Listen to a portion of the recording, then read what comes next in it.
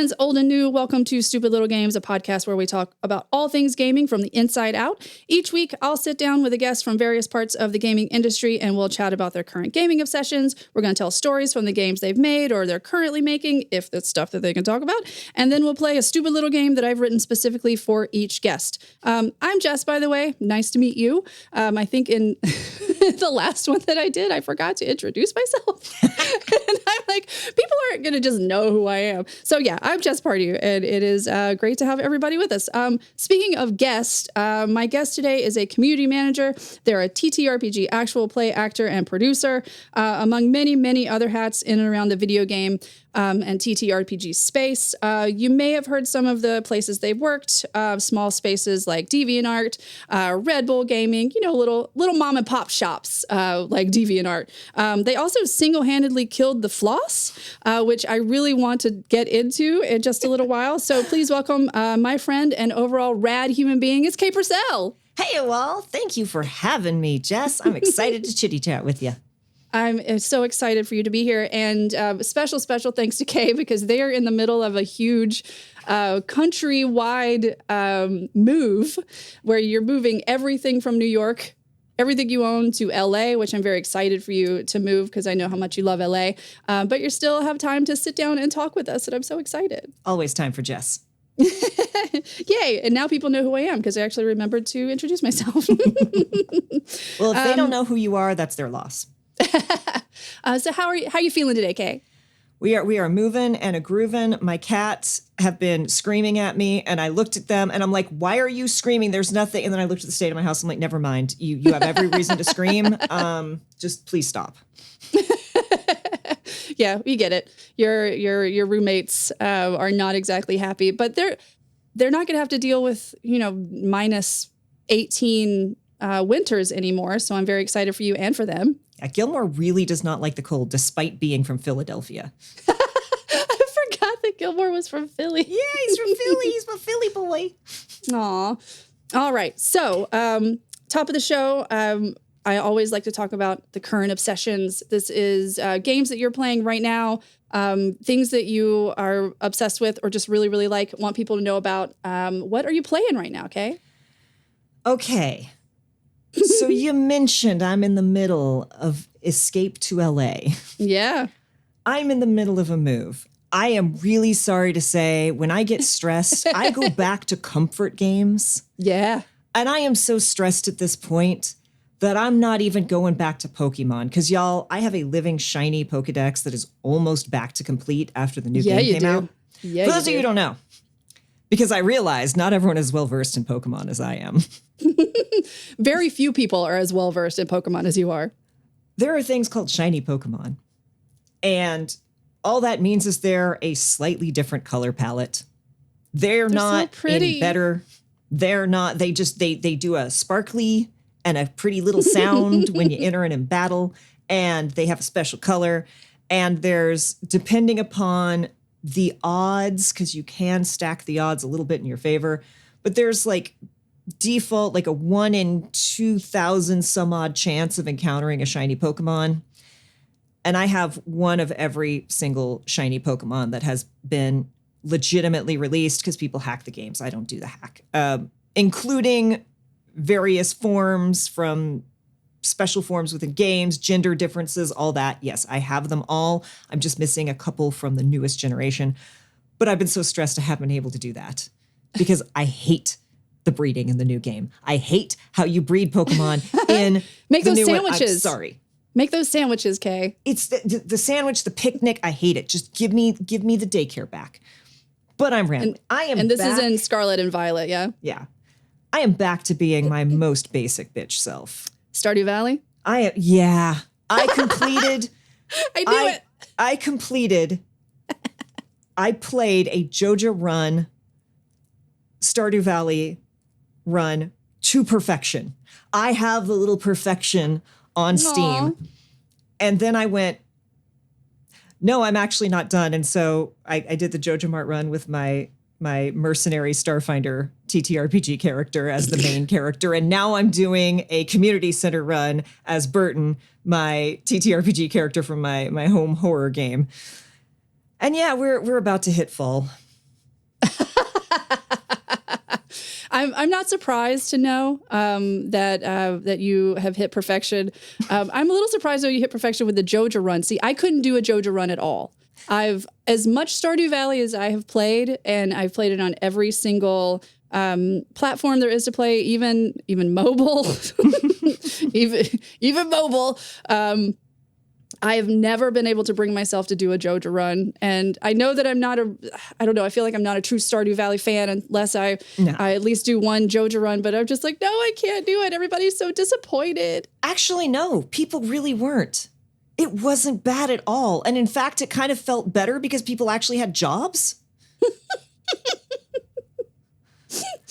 Like, it was a moment of kind of looking at the community center run and going, wait, am I the baddie? It's like when you date Sebastian or you marry Sebastian, and it's like his entire goal was to leave Stardew Valley and go to the city. And then he stays there. Yeah. And you're like, no, stay here. Marry me. And I'm like, I feel bad about this. I don't actually like this. Yeah, this is good. Just, are we the baddie? Because maybe he should leave and go to the city. And yeah, I've just never done the Joja run, but I've done the community center. Well, okay. So when you do the Joja run, what happens to the like the Junimos? You can still like recruit them. How? Well, at least in the new. Yeah. The new patch, y'all, comes out for Switch on Jess's birthday. Woo! So Jess gets to finally play the best version of Stardew Valley, because that's what I did my last perfection run on. Was I did it on the 1.6 or whatever the newest one was. And then I started to play it again on my Switch, and I'm like, oh, no. I need these this game is not the same without the quality of life enhancements. I really need the ability to, I've started to water a thing and the squares aren't exactly where I need it to be. I can hop back or forward or sideways a square to actually get the water where I need it to be without wasting energy. I'm wondering, because we're recording this at the beginning of October, I'm wondering if I should do another Dragon Age Inquisition run before the Veilguard comes out, because I have about a month and I could really, I don't think that the way I play it, because I do all the things, I don't know if I could get through like the whole thing again in a month, but I could at least like remember all the story and all the ins and outs of it before the Veilguard starts at the end of the month. So I don't know if I will do that yet, but I'm looking forward to it. I know several people doing that. I will also, if you want to plug other podcasts. Absolutely. My friends, Super Dylan and Robin, Captain Crail. Robin had never played Dragon Age, and it is Dylan's favorite thing. And they did a podcast called Dork Spawn, where Robin was playing through Dragon Age for the first time. Oh, that's fun. And then they were recording their thoughts and feedback. And it is so, like, I don't play Dragon Age. I've never played Dragon Age, but the joy of that is just... yeah, shout out to Super Dylan. The game I'm looking forward to, and it's already out. I just haven't bought it yet because I know my brain. Yeah. And I need comfort and familiar right now. But Fields of Mystra. Oh, okay. So let's talk about fucking Fields of Mystra. So I devoured all of the early access content, which is about like 40-ish hours or so. And I had to put it down, and I had kind of done most of the things that there is to do until the actual full game comes out. I was obsessed with it. The magic in it is really, really cool. I like so much about it. So when you start playing it, we should chat. I don't want to like spoil any of the things for you, but no, Fields of Mystery is good, and I am looking forward to when it comes out fully. I know it is a very good game because one of my streamer friends, because I also stream, because why would I not do all of the things? All of the things. One of my streamer friends was talking about it, and I'm like, on Twitter, and I replied, I'm like, I want to play this so badly. I can't wait to play it, but I need it to come out on mobile right now, on a Switch or something, because I cannot be at my computer playing this game. Like, I know how this is going to consume my life. And someone that I don't know, that is a member of her community, that was very, very big fan of her, saw that we were friends and replies with like, oh, I've got an ROG ally that I don't play. Oh. Do you want it? And I'm like, hey, that is so nice. Like, yes, however, I'm in the middle of a move. I got to be smart with money. If you're still looking for a thing, come December, I can look at buying it. And he's like, oh, no, you don't understand. I would like to send this to you so you can play modded Stardew Valley and Fields of Mystria. Aw.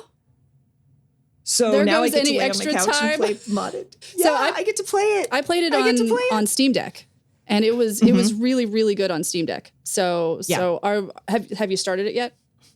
I've not. Again, right now my brain is like, yeah, don't do that yet. Stardew, comfort. Like I need to be in a mind space to really get into a new game, and I am not in new game. I started playing the new Zelda Echoes of Wisdom. I haven't played it yet.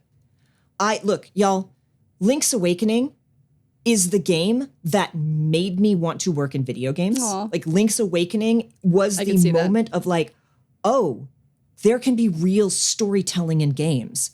Maybe I want to be part of this. Like little baby Kay playing the original brick of the Game Boy. And so when they remade it, and they remade it so faithful to the original and made it look like toys, I'm like, this is everything. I was doing games journalism at the time. I got to go to a preview of it, play it, and they actually had a quote from me on the Switch store page for that game for quite a while, which was like, oh my gosh, this is the game that got me into this. And I'm on not just on a Nintendo, on a Zelda store page, right? And then they made a sequel, which is, and you're playing Zelda, and it's everything that Baby K wanted. And I was like, this is so great. I'm not in the headspace for this right now. I'm going to go play Stardew Valley again. I hate myself. It's completely understandable though, because it is on my list. I haven't bought the new Echoes of Wisdom yet. I'm very excited to start it. I think I want to get through the new Dragon Age first. And because right now super busy with Balatro, I can just put it down and like pick it back up. If I do another run of Dragon Age, like I've done it before, so I can kind of put it down. So it's definitely on my list though. Like I'm into it. And right now, my partner is playing there's a new DLC for Starfield, which he loves Starfield. So we've been watching that. So I've been basically kind of playing Balatro on my Switch while he's been playing Starfield on the Xbox. And they now have like a marketplace where you can buy mods for Xbox. And so it's interesting. Like it's pretty cool. Because, we play on Xbox, so we don't really get a lot of mods at all. And so he's playing Starfield right now as Hatsune Miku. Amazing. And he has a mod where you can have almost like infinite companions with you at any point in time, and that is annoying as hell. And so it's just because they're just all talk at the same time. All right, cool. So let's take a break, and then we will be right back. This episode is brought to you by Chaotic Wholesome Presents. Are you a TTRPG fan?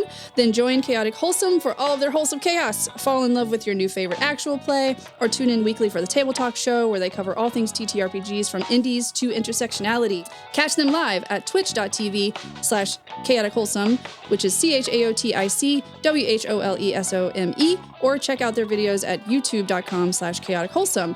It's not every day that I have one half of the founders of Chaotic Wholesome here on the pod. So, Kay, if you would like to tell us a little bit about how awesome Chaotic Wholesome is. I mean, we're going to talk about it on the pod. So for folks listening, just like keep listening because you'll hear more about Chaotic Wholesome. But if you give us the elevator pitch for Chaotic Wholesome and why people should tune in. Yeah, so we are a character and story-driven TTRPG production company. We tell all sorts of stories from all sorts of narratives and diverse viewpoints, and we try really hard to just not...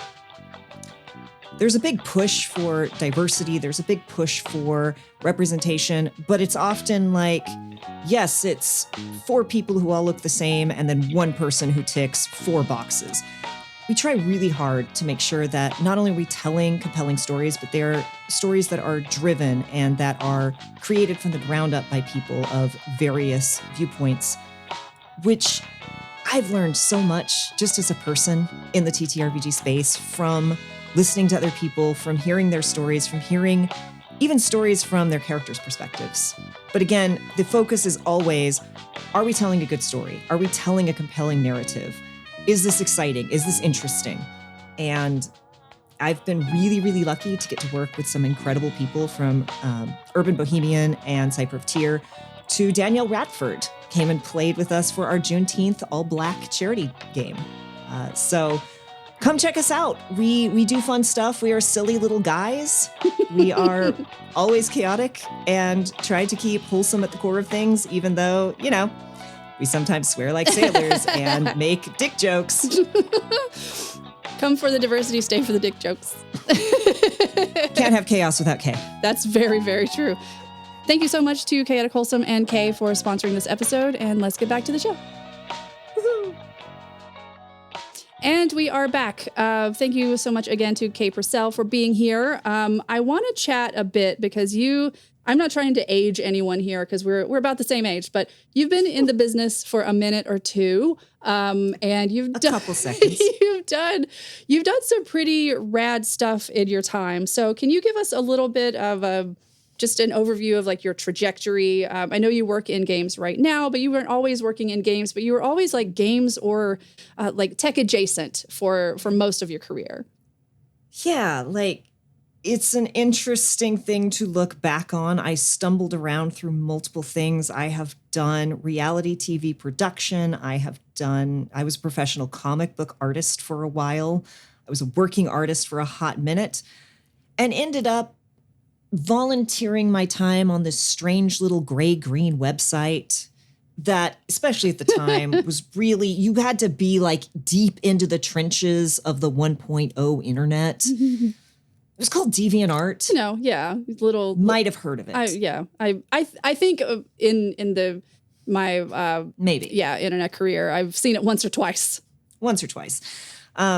Yeah, I was one of their first 50 employees. I started volunteering and then was brought on full time when they needed moderation. And my mother could not comprehend that I was getting paid to work from home. She's like, "Are you sure this isn't a scam? How are you making money sitting on your couch? I don't get it." So tech and .com startup, because those were really kind of the Wild West days. They really were the Wild West. It was a time. And spent a bunch of time working there. Really great people, really Wild West, early startup. It was bananas. While doing that, they actually started up a kind of zeitgeist editorial branch of it. And they went, "Hey, Kay, you're already community manager and lead moderator. Do you also want to write for us? You know a lot about pop culture and video games." And I went, sure, why not? I hate myself. Let's do more. I will say, though, that with how many community managers did they have when you came on to Deviant Art? Because if I know it became a huge thing, but it wasn't always a huge thing. And it's almost like pulling teeth sometimes for companies to hire community managers or to know that they need community managers. So I think good on them to have like a small group of people, well, relatively small group of people, and already thinking, okay, we need community management now. Well, okay, so I started, like I said, as a volunteer. I was one of 6 volunteer moderators. Now, for the moderator whole thing? And community manager were also the same thing at DeviantArt because this was before community. Okay, this was such early internet, y'all, that Facebook did not exist. Our rival was MySpace. Okay, so community manager was not really a term yet. I mean, it was, but it was. Community manager doesn't really mean that much right now. Let's be honest. I go to any job interview and I have to be like, okay, so what's community management with you? Am I shit posting on Reddit? Am I doing strategy? Am I actually doing marketing and not being paid as much? Yeah. But I was one of 6 volunteer moderators / community managers. And then they hired myself and my boss. And we were the 2 moderators / community managers for DeviantArt. Okay, so maybe I was giving him a little bit too much credit. Again, I was one of the first 50 employees, and they did scale us up as quickly as they could. We were, look, tech.com startup, there's never enough people anywhere. There was never enough devs. You know, we needed more, but they certainly listened to us and understood what we did need. There's always a little bit of a fight with the devs of like, we need this. And they're like, why do you need that? You can do it. It just takes you 6 steps. And it's like, because it takes us 6 steps and 6 steps. I did 250,000 tickets in 1 year. Jesus Christ. So imagine 6 steps to delete one thing to do 250,000. Like, it added up very quickly. But no, they were really good folks. They were doing the best they could. We very quickly brought on a third person, but it was never a huge team. And for obvious reasons, I don't want to give exact numbers, but for it was a very small team versus a very large website. Yeah. And it became popular just really, really quickly, right? Well, part of the reason that Deviant Art survived when so many others didn't, because you have to remember the time, this is when websites were folding left, right, and center. Right. All of these different art sites would advertise, balloon, get crushed under their own weight, collapse, and then we'd get an influx of those people looking for a new home. So part of the reason that we survived as long as we did, I mean, DeviantArt's still there, but there was a very real chance that we could have gone under like all the others, but we treated it kind of like Fight Club. If you're here, like you're here, right? You're in it, you're one of us. But we weren't, there was a brief time where we made some commercials and they're very funny. If you ever can find one of the old DeviantArt commercials, oh my God, they were great. But we kept it kind of underground and we didn't push for people to join because this was the golden age of the .com. If you build it, they will come. So we knew we just needed to keep our server stable, ban the dickheads, and, just keep going. And we did. First rule of DeviantArt, do not talk about DeviantArt. It really, especially looking back, it's like this was really a Fight Club situation, and which made it so funny. Like my boss, one of my bosses, lived in Scotland and always wanted American candy. So I went and got like a whole bunch of American candy, put it in a FedEx box, took it to FedEx. My mom was there with me as I'm shipping it to her.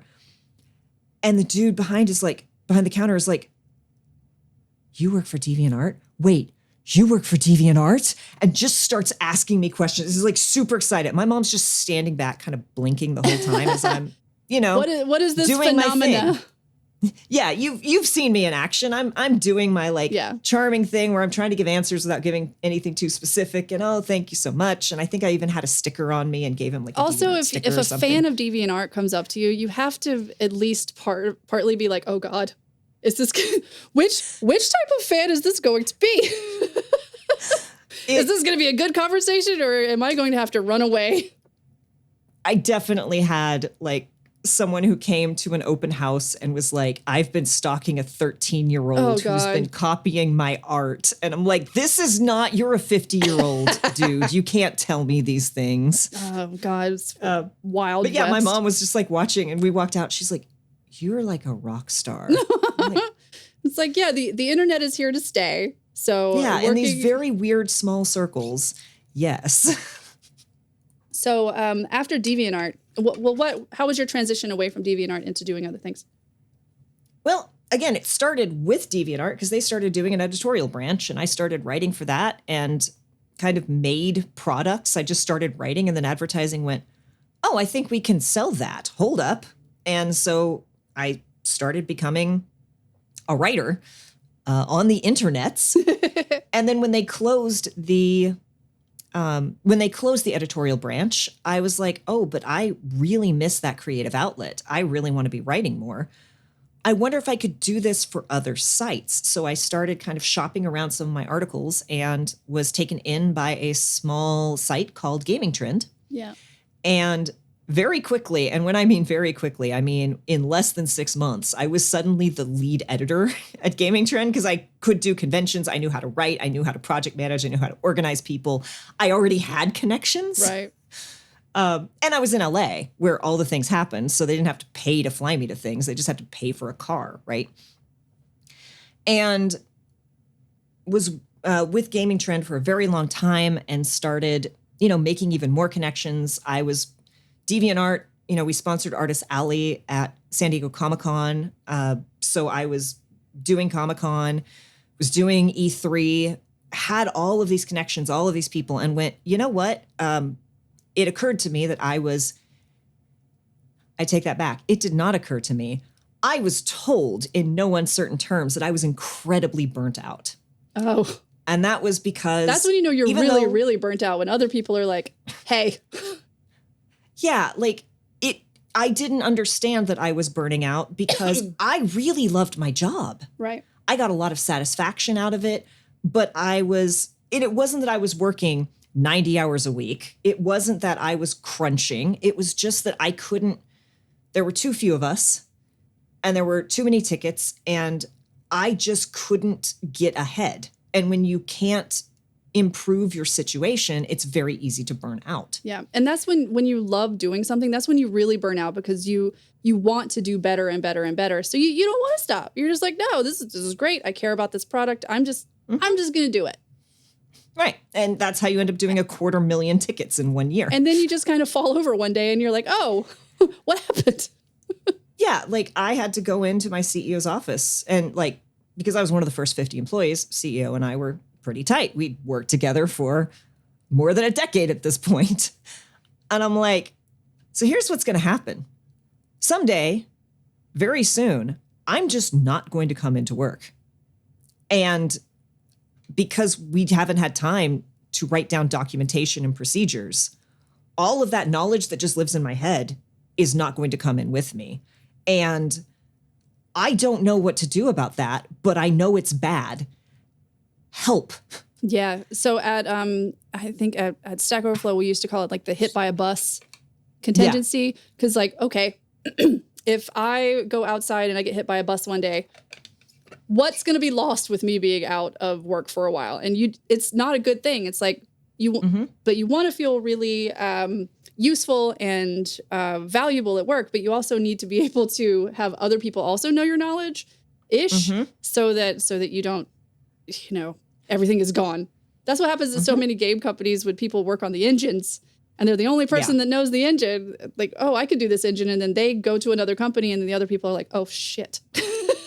What is happening with this engine? What all is going to be lost in the gaming industry with all of these layoffs and all of these people mass exodusing the gaming industry because decades of knowledge are leaving. Yep.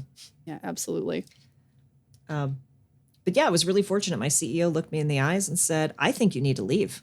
I don't want to lose you, but I think you need to leave. Wow. And it was like handcuffs fell off. Aww. I was like, oh, yeah, I think I do. And they were very kind. They gave me a paid sabbatical so I could unburn out a little bit and then job hunt. And I did the thing. I took off as much time as my neurotic brain would allow me. And then I became the first community manager at Red Bull Gaming. They have plenty of community managers, but I was the first gaming one. Nice. So I got to start building up their community for games, built their first influencer management for games. They had some paid athletes. They do consider gamers athletes. So they had paid athletes, but they didn't have the community-focused kind of side of that. Was this when influencer management was a brand new thing? Not so much. They had an actually very robust group of influencer managers, but they were all much more sports focused. And they were coming around to go, oh, our tournaments are really taking off. We're really getting a lot of attention in the esports side of things, but we want some of the more casual fans to show up. We want cosplayers to show up. How do we make that happen? Well, maybe we need an influencer manager and more community that isn't just people who are competitive. So that's why they brought me in. Ooh, nice. So can you please tell us, because it fits into your Red Bull Gaming career, how you killed the Floss? All right. So, and the Floss I'm talking about the Floss, the dance. The dance. That was everywhere from that little backpack kid. I forgot which year it was, but you could not, if you were anywhere in gaming, you could not get away from people doing the Floss, and it was in Fortnite and Kay killed it. Thank you so much, Kay. So tell us please how you did that. You are welcome. I did not kill it single-handedly. In fact, I had a whole lot of help from everyone in Times Square. But we'll get there. So this was actually one of the very first things that I did during my time at Red Bull, because I got hired at the beginning of December and started showed up and they're like, great, welcome. We're so glad you're here. Get on a plane. You're going to New York and you are going to help run the Ninja New Year 12-hour stream out of Times Square. No pressure. No pressure. Welcome to Red Bull. Here's Ninja, the biggest streamer in the world at the time. And just to have no extra pressure, we were also testing the first live public use of Twitch polls. Oh, okay. So I got to write a bunch of polls, question and answers, run them during the stream with a person who worked for Twitch standing over my shoulder to make sure it all worked. Fun. Every so often when I run a TTRPG and production has a hiccup, something goes wrong, people are like, wow, you like really powered through that. That didn't like phase you at all. I'm like, yeah, no, this is takes more than a little sound issue to mess me up because, Yeah. But yeah, one of the decisions that was made was that part of the Ninja New Year celebration and part of how we were going to ring in the new year was that Ninja was going to go up on the New Year's Times Square coverage and stand up there and get everyone in Times Square in the freezing cold wearing diapers to floss. Whose idea was this? I will not name names. But it was not your idea. It was not my idea. Look, I am not a Michael Jackson fan, but I'm like, if Michael Jackson could not get the mofos down there to do the Thriller dance, the floss, which is actually a very difficult and complicated dance that requires you to be rather coordinated. Yeah. They're not doing that. And then suddenly the floss was cringe. So Yay. you're welcome. So I'm going to have to, there has to be footage of this somewhere. Because I know that there is. You and I have talked about this before, but I've never actually looked up the footage to see Ninja trying to floss. So it's really so not that's good. how it died. It just became really cringe, and then everybody's like, I'm not doing that anymore. And then Ted Danson did it in The Good Place. And we were like, that's a lovely little rose on the tombstone. Yeah. That was the floss. Thank you for that, Ted Danson. Oh, so thank you for killing the floss, Kay Purcell and Red Bull Gaming, because it's R.I.P. But I don't really care. R.I.P. the floss. We've talked a good bit about video games, but I want to talk about one of your like biggest passions that isn't just video games. I know you care about video games. We all care about video games. But one of your biggest passions is TTRPGs. Not only playing TTRPGs, but also writing, producing, making them more accessible for everyone else. So I would like to talk a little bit about how you got into and TTRPGs, for anyone who doesn't understand, is tabletop role-playing games. So we're talking about D&D, we're talking about Pathfinder, we're talking about other modules that people have written themselves that we'll get into. So how did you get into the TTRPG space, and what does it mean to you right now? So D&D, and I'm going to focus a little bit more on D&D just because it's the colloquial and it's the McDonald's of TTRPGs. And many people will very validly say that it is the McDonald's, so it sucks when everyone references only D&D, but it's the one most people know, and it's the one, it's actually not the one I started on, but it was the one I was most familiar with. It wasn't the one I started on either, which is interesting. I always kind of had an interest in this, but, and I know I don't sound it, y'all, but I grew up in the Bible Belt of Texas in a very religious school. And D&D was of the devil. The Satanic Panic was still entirely a thing. And there was absolutely no way that good baby Christian Kay could have gotten into this. But it was always there and it was always interesting. And then through a whole series of events, trying to get jobs after Deviant Art, I got introduced to my bestie, who is now my production partner, David. And we were chatting about all of the other things. Turned out we both liked video games. We had played basically none of the same video games, but we had the same sense of humor. We clicked very well. We both had Jared introduced us, a best friend for both of us. So it was like, okay, you're good. Yeah, we can do stuff. And I mentioned I had never played D&D, and he's like, oh, you want to play tabletop? Okay, hold up. And started collecting, rounding up some people that I'd introduced him to during my time at Red Bull.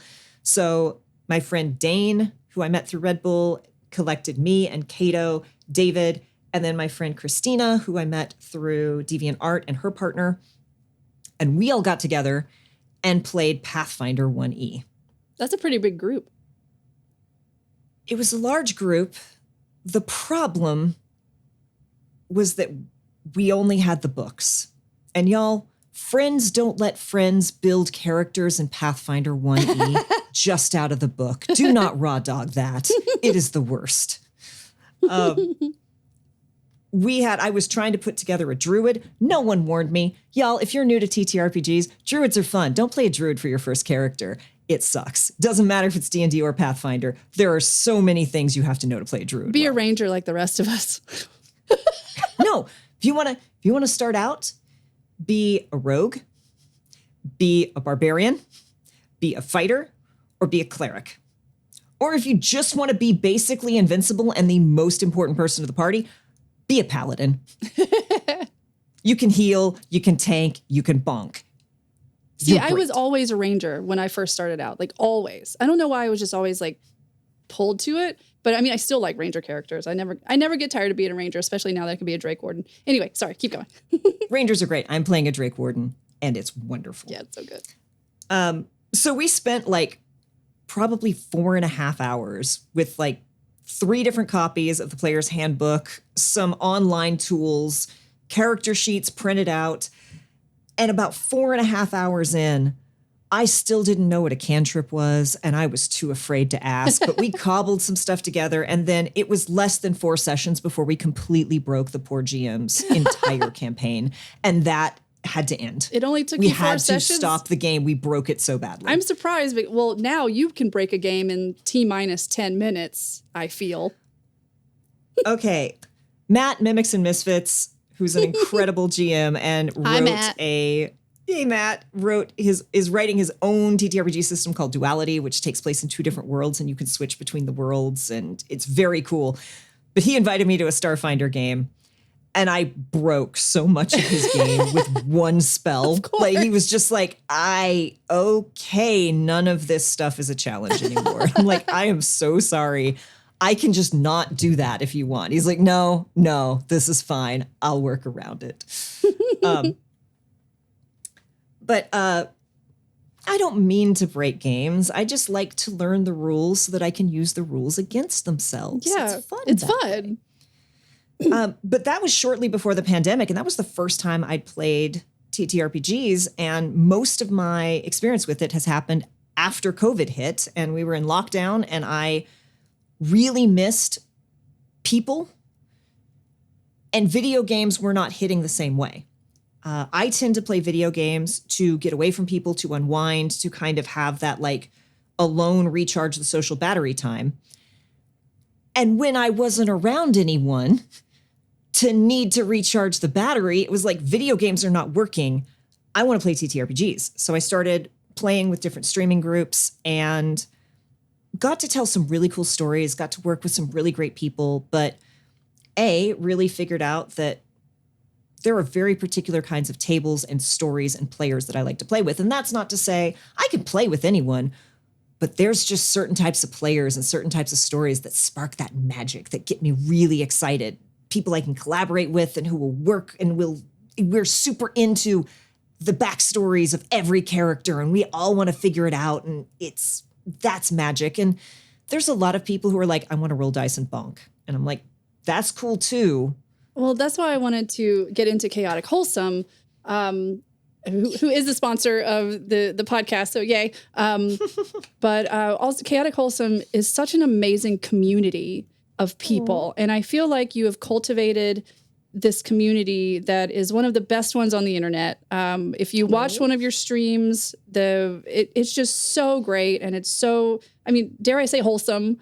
But it's also not sanitized. Like some people think of wholesome as being like, oh, it's just like milk toast, like 1950s. No, it's not that sort of wholesome, but it's wholesome in that people are going to be respectful of each other. People are going to like you're going to hear amazing stories from people that probably maybe don't look like you, and it's wonderful because the stories are better because of it. And it's just amazing. So can you tell us like how Chaotic Wholesome came about and how you've kind of cultivated such an amazing community? Yeah, it came out of, that desire to play certain kinds of games with certain kinds of people. And at the same time, I was having incredible friends who, like David and other people who just don't look like me. Hi, David. Who were saying like they were having bad experiences at tables. They were expressing that certain things were problematic or uncomfortable for them, and it was not being taken seriously or it was not being addressed. They were going into tables where they already felt vulnerable and being told there's no safety tools. And then a lynch mob shows up in an Old West game. Right. These kinds of things. And I'm like, I want to tell these kinds of stories. I know the kinds of people I want to play with. I know the people I want to play with, and I know what they need, or at least I'm willing to learn what they need to be safe, because no one knows everything, right? We all, being an ally is learning and growing. It's a journey. It's not a destination. And I kind of went, oh no, do I have to do it myself? And so as much as I genuinely love Chaotic Wholesome and I love all that we get to do, it, like much of my career, like much of my everything has kind of come out of, oh, there's not another way to do this, so I just have to go do it. Okay, let's go do it.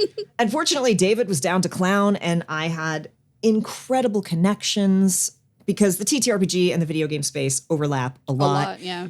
And a lot of times, even if people in the TTRPG space didn't know me from my TTRPG performances up to that point, they were able to look at my resume and go, oh, this person works in video games. Oh, I see that this person is hosted. Like, okay, we can work with this person. So that's kind of what it came out of. And it just became the first game that I ran was Godplane, which is an original 5e horror campaign, which, again, we talk about, we want to be wholesome, but not in the sanitized sense. We faced a lot of challenges in Godplane. And that's kind of the point, is it's, depending on the run, 8 to 12 episodes of how do we speed run character growth? How do we speed run a character arc? How do we bring in characters who are already flawed? How do we get them to their lowest point? How do we get them to confront their biggest thing? And then how do we wrap up a story in this short of a time? And I've been really lucky to get to work with people who have made themselves incredibly vulnerable in these games and told incredibly moving stories because they knew, oh, there's an eject button. Oh, I'm safe with these people.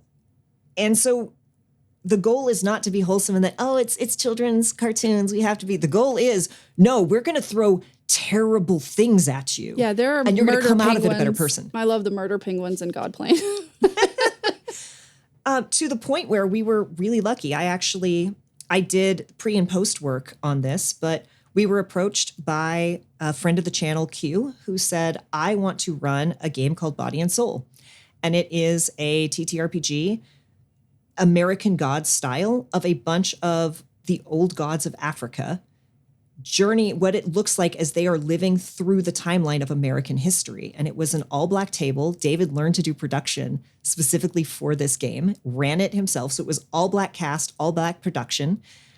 And I just got to sit back and watch this incredibly moving, heart-wrenching story being told on my channel of these people kind of confronting, this is what the time was like in the 20s, in the 30s, in the 60s. This is what people who look like me faced, and these are what the gods that they would have worshipped felt and thought about these situations. And it was incredibly moving. So yes, when we talk about it's not sanitized, we're going to face the nitty-gritty, Yeah, Body and Soul was really amazing. So if you want to check that out, it's on the Chaotic Wholesome YouTube channel. And is there 8 episodes of Body and Soul?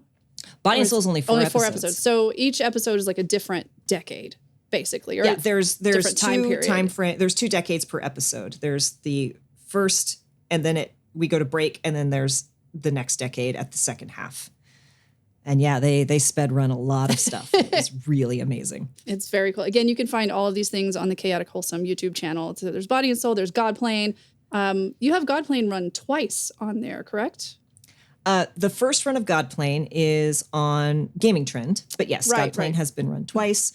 We did a 2-shot of My Little Pony Stealing Thunder, which was such a joy. Well, I want to get into some of your charity work as well, because it has now become an annual Christmas charity show that I look forward to literally every year, because they're kind of bonkers and they're hilarious and pun-filled ridiculousness.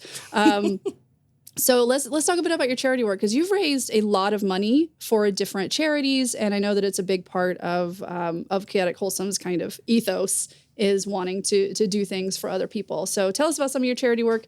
And if you could tell us a little bit about what you're putting together for this year's Christmas charity game, if you have it together yet. If not, like we're doing this in October, so if you don't have it together yet, it's completely fine.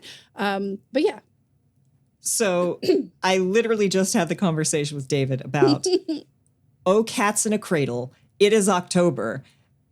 And I have not thought about this game yet because I have been up to my elbows in boxes. And David's like, I got it. You cool. We got this.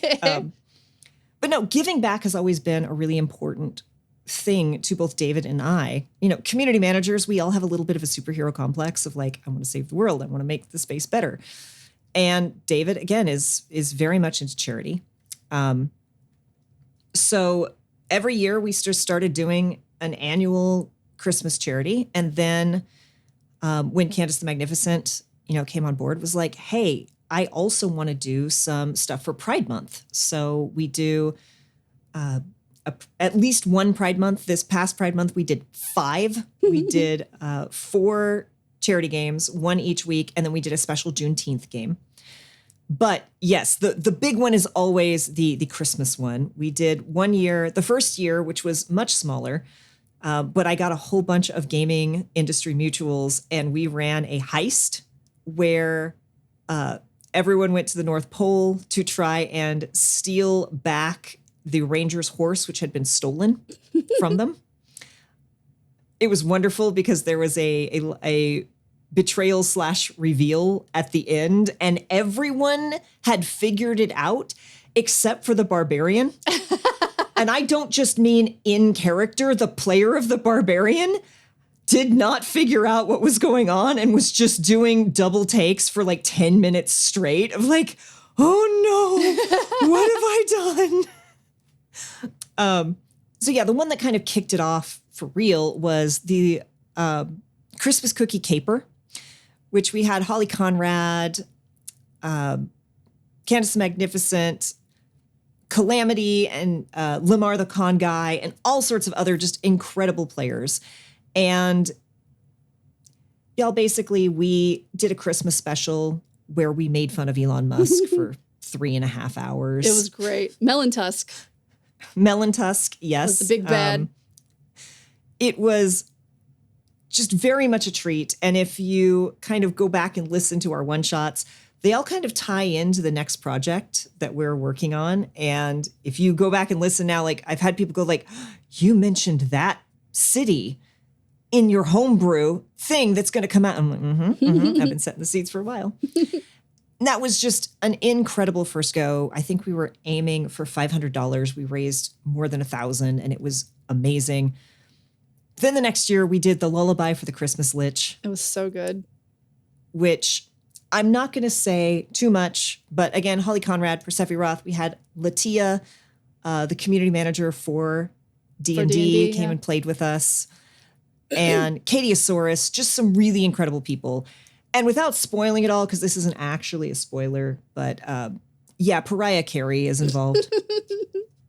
Yeah, those are on the Chaotic Wholesome YouTube channel still. So if you want to, especially if you want something to get you into the Christmas spirit, then these are very fun. If you like puns, which we all do. If you like puns, then and lampooning some amazing figures, then you should watch those. Yes, Snow and Wilson, Mo. I wanted to ask you. Breadstick. I wanted to ask you because so many channels right now are pivoting to APs, to actual plays that have never done it before, and I want to know because you have feet in the gaming industry. Like we haven't really talked about right now, but you work for a gaming company that's working on some things that you can't really talk about right now because it's like new stuff. But you are working in gaming right now.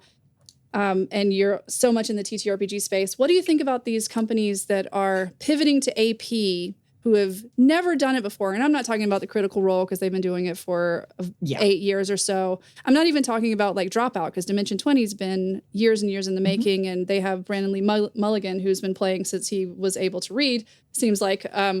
But Smosh has pivoted to doing actual plays, and now Good Mythical Morning has actually just announced that they're starting like an actual play. And so all of these like other companies or I would say properties on the internet, like what do you think about that? Do you think that they're just capitalizing on something that is popular right now because of D&D? I mean, of course, D&D had an explosion the past couple of years, and like Baldur's Gate 3 definitely helped with that. And there's the movie and all kinds of things. Not that D&D wasn't always popular. It was, but it's really hit a zenith, it seems like, with and Critical Role being so popular. Critical Role, the pandemic. Absolutely. It all came together in a perfect storm of, ooh, let me get in on that. Yeah. It's interesting. I know a lot of channels who are like, we're going to do APs and we're going to make all of the money. The money in the tabletop space is very, very tight. So getting sponsorships, getting things paid for, it is very difficult because margins are thin. We have been so fortunate in that, like when we did the Pride Month charities, we had people like Smoking Glue Guns. We had Pale as Pixels. Such a good name. Sorry. Die Hard Dice. Smoking just Glue really Guns. incredible people sponsor us. Just be like, here's product, here's gift cards, go do it. But it's not easy to make money off of an AP. You generally have to do a Patreon or something to kind of keep it going. Like even Black Dice Society, which was one of the best horror games that was official with D&D, a lot of their funding came through Patreon and their audience. So I am one of those believers that rising tides lift all boats. I've actually spent a lot of time advising a lot of people who are wanting to start APs, because if you don't have an in-studio setup, obviously, if you can do an in-studio TTRPG stream, it's amazing. Right. But a lot of people are like, oh, I know how to stream video games. I'll just do this. Oh my goodness, the bandwidth, the processing power, all of those things that it takes to coordinate sometimes 8 or 9 people on one call to have separate, clear audio. And I've said it before, audio is hard. Kay and I, for like 30 minutes before we started this recording today, I had an issue, and turns out something was muted that I didn't know was muted. And I was like freaking out. Like audio is fucking hard. It's very hard. And like, there's some really cool programs out there. Like for both our streams and the podcast that I run, we do local recordings plus Zoom, and Zoom is our backup audio. But there are some other really good programs out there like Video Ninja, which will give you separate video and audio feeds if everyone's internet is good enough. And a lot of the people I play with, their internet can't handle VOD Ninja, so I can't use that. I have to use something more stable. It's very challenging. That said, it's very rewarding. I mean, that said, I know a whole lot of AP channels that have either closed recently or have pivoted to shorter form only or podcast only because it is so difficult to get ahead. So I want there to be so many more shows, and I want everyone to be playing frickin' everything. One of the things we ran for a Pride Month charity was Guys in Chairs, which is a rules light game written by Super Dylan. We did Paradox Perfect, which is the most wild improv TTRPG you have ever seen. We ran Monster Hearts. I'm playing in a Starfinder 1E. I'm playing in a Pathfinder 2E. I'm playing in a Starfinder 2E meets Pathfinder 2E game. Like, play all of the games, right? And if you're thinking of starting an AP, there's many things to think about. which the big one everyone talks about is pick the system that works for your game, which, yes, you can run D&D as an outer space opera, but maybe you don't wanna. Yeah, there are non-D&D modules out there that are for that. Like, Yeah. it's okay to just do Starfinder. But, if you are trying to be strategic and optimize what you want to do, think about things like, can you get promotion, even not sponsorship, just promotion from the game's creator? How big is the audience? Because Vampire Masquerade has a huge audience segment. D&D has an even bigger one, but then you're competing with all the other D&D shows. And how do you stand out? Whereas if you're doing Paradox Perfect, that's not run that much. The author has a small and dedicated fan base, and if they promote you, you're probably going to get more eyes on your project. So the other thing about an AP, and I hate this, and this hurts my soul, because y'all, I am old and I hate short form content. But the only way you're going to get eyeballs on your AP is to make good short form content for it. Clip the best little moments and put those all over every social media ever. I have to start And I doing don't that. want to do it. Yeah, I don't either. I have to start doing it for the podcast. And It's rough. I'm real bad at it. Real bad. But I've seen a bunch of your like TikToks and things, and they're pretty hilarious. But with Twitch, you can clip, right? Like you can. Well, yeah, you can clip, and that definitely helps. I use StreamerBot for our streams, and I have a command where people can just write ! Clip, and it'll take a 30-second clip and save it. And I even have it set up so it posts in my Discord, so I can go back and like check, like, oh, this is the moment that I want. But even then, Twitch is not TTRPG streamer friendly. It's not. So I have to make 3 copies of the video in DaVinci Resolve, crop each of them down to show a number of faces, do all sorts of wild cuts and edits so that I can cut back and forth between all 6 people sometimes on screen. And it takes some time. It does. And but in the end, we end up with some funny clips. And most so folks, like, this isn't your full-time job. So, like, it's a hobby you have to be passionate about. And I guess if you're going to do an AP rad, just know that it's not going to be, A, it's not going to be easy. B, it's not going to have you rolling in dough. Yes. It's probably going to cost you more than you're going to make back. And especially if you don't already have the equipment. And I don't think we have to say it because so many people have said it. And you don't have to be Matt Mercer. Yeah. No. And again, people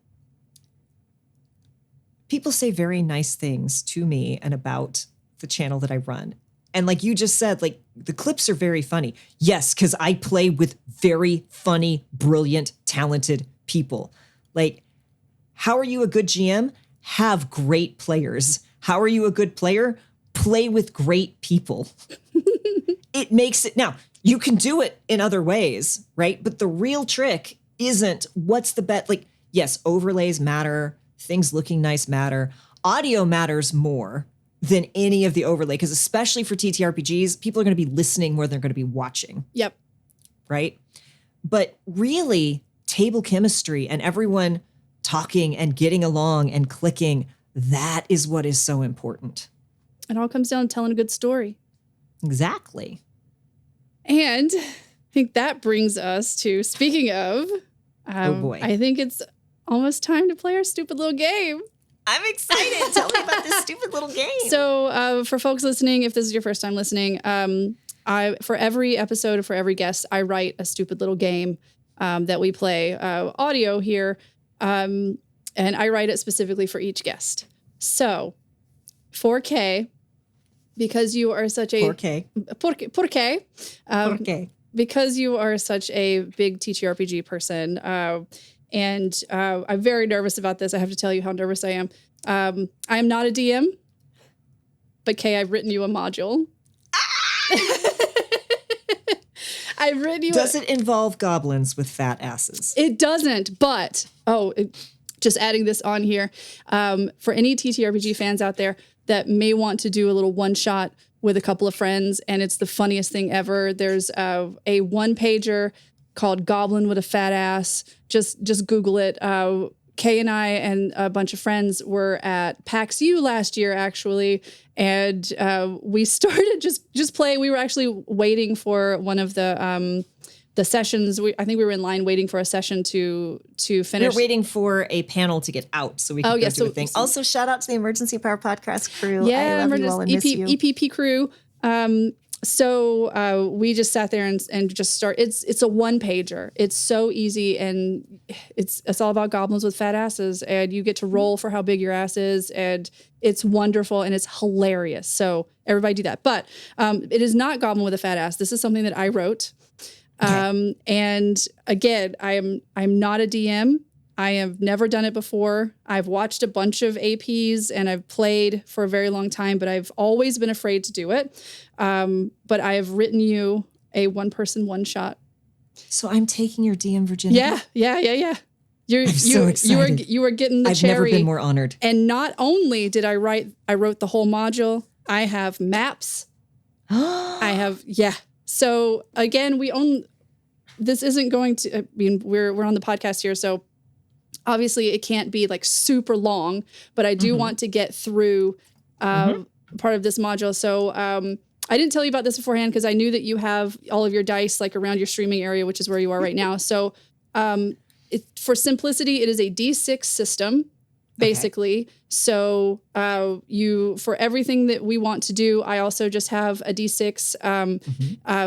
If you roll a 1, of course, it's a failure, like catastrophic failure. But if you roll a 2 or a 3, it is a failure of some kind, or not as much of a success. And then if you roll 6, it is an overwhelming success. If you roll a 4 or 5, it is a different level of success that we can kind of play with. Again, it's like loosey-goosey, sort of like fun is king rules that we will be playing in.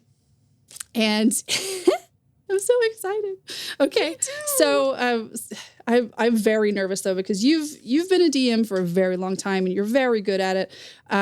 So I have not been a DM very long, and I literally was so worried that everyone would accuse me of being a fake nerd DM that I refused to run my first game in the Forgotten Realms, and I made an entire alternate world inside of the dream of a god. So no one could tell me I got the lore wrong. That's also one of the reasons I just wrote this. So you have your favorite D6 on hand? I do. Great. It's rainbow metal. I also have my D6 here. This is a bone D6 that I bought at Gen Con a million years ago, and I wish I would have bought more, but they were kind of expensive. So here's my bone D20. Oh yeah, it's so pretty. It's so pretty. Okay, so I've gone through the caveats of I'm not a GM, so be kind to me, please. Never. I am nothing but mean to you, Jess. Also, listeners, also please be kind to me. I've never done this before. But so I do have maps. I will text them to you when it is the right time for you to. I also have photos. This is amazing. I have media for you, Kay. This is amazing. So, okay. All right. We're going to start. This is called Where Art Thou Meatbag? An adventure for Kay. Amazing. All right. Let's get into it. You come to confused. Your eyesight's quite blurry, but it's getting clearer and clearer by the minute. In front of you, you see a woman. She's reading aloud from an old book. You can't quite make out what she's saying. It sounds like a language maybe that you don't know. She's also speaking pretty low. So you can't make out what she's saying. So this woman has short, curly blonde hair. She's wearing large glasses and kind of a nondescript black tunic over black leggings and black boots. So what she's wearing is not really super memorable. She's wearing black. So she looks up and she notices that you're awake. So you see her smile when she notices that you're awake. She has kind of a quite mischievous sort of smile on her face. She takes the book that she's reading and she flips it to a different page. You see that she flips to a different page, and she gently sets the book down near you on the ground, open to a certain page. She stands up again. She comes close to your face and she says, "Oh, Pesto, good luck, babe." And then she leaves. She's gone. What one finger goes up with, and then she's gone. She's gone. And it's like, oh, She's not waiting around. Mm-hmm. You're still trying to get your bearings as the world comes more and more into focus. You try to blink, but you can't. Can I lick my eyeball? You cannot lick your eyeball. But okay, so not a gecko. But I'm loving the I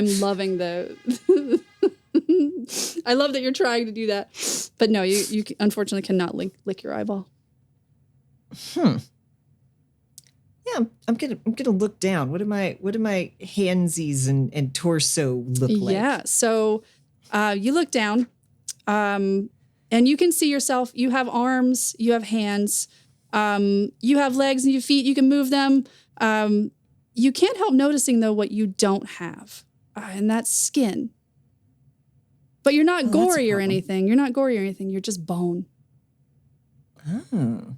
But you can move your hands, you can move your little fingies, you can move your little toesies, but you just bone. You also notice that you're not standing on the ground. You are being held up. So you can move and everything, but you can move your legs, you can move your arms, but you actually can't move from where you are placed, would be the best way to put it.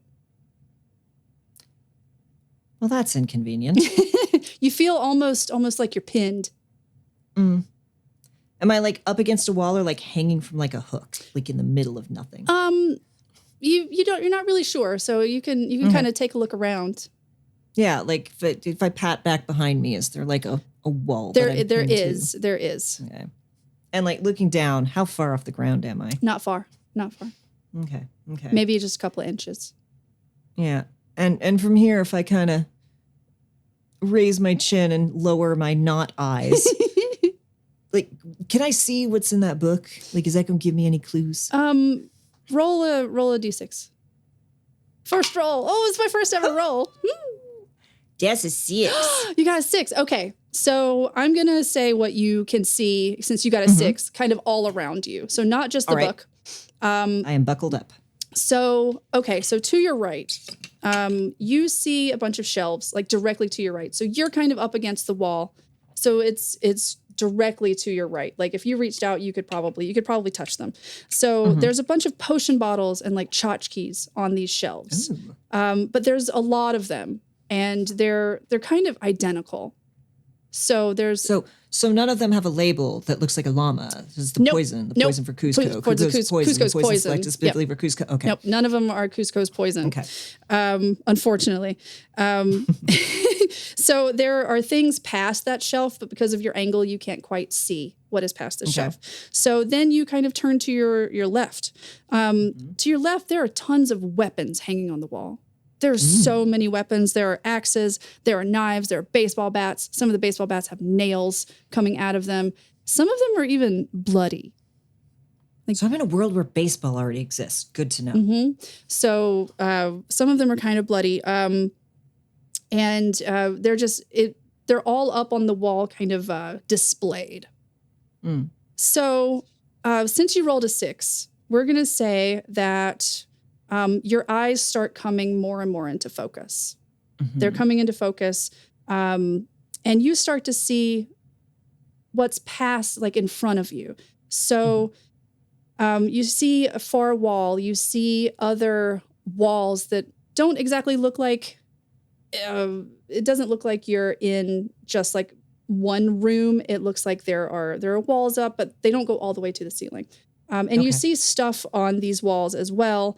It's very bright. It's like super bright. Like it's not dark in there at all. Like as eyes start filling, your eyes start filling with light, you can see on the far wall, on the very far wall, there's a banner. And again, you just came to, so it takes you a second and if you could squint, you'd be squinting so that you could try to read this far banner. It's way on the other side of the room. It starts coming and you start seeing letters. and you can finally make out what it says. It says Spirit Halloween on the far wall. So there isn't an actual door out of this large room. It's just kind of open, and people can walk in and out. So, you're in a Spirit Halloween, and you look down and you can see the book. The book is laying there. You can't read what it says yet. You're gonna have to get closer, even with a 6. But you're gonna have to get closer. That's cool. That's cool. All right. Spirit Halloween. I'm a skeleton pinned to a wall. I'm gonna start feeling kind of between my ribs and like, are there hooks under my armpits? So you can feel, there is something holding your head to a rod above you. Like it's not, you're not pinned like under your rib cage or anything like that. It's something that is attached to your head. That might be a problem.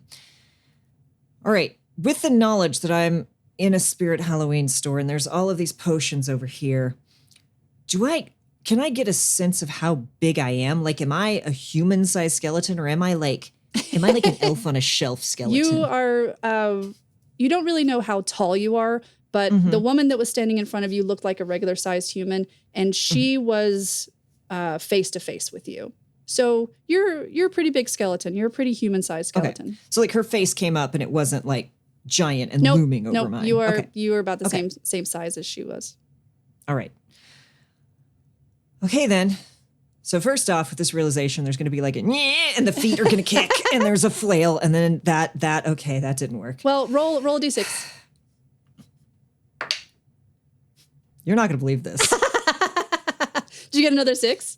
I got another 6. This rainbow dice is staying unless you tell me to swap it out. No, it's absolutely But that means fine. it's going to betray me any second now. So with a 6, I'm going to say that, because for simplicity, we're not doing like full like acrobatics, but with a 6, you notice that what is holding you on is one of the little hooks that you would see merchandise hooked to the wall. So with you flailing, you actually kick yourself off the wall enough so that the little hook comes off of the rod that is holding you up, and you then fall.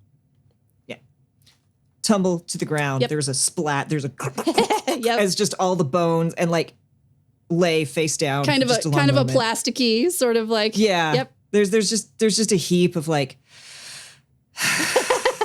Yep.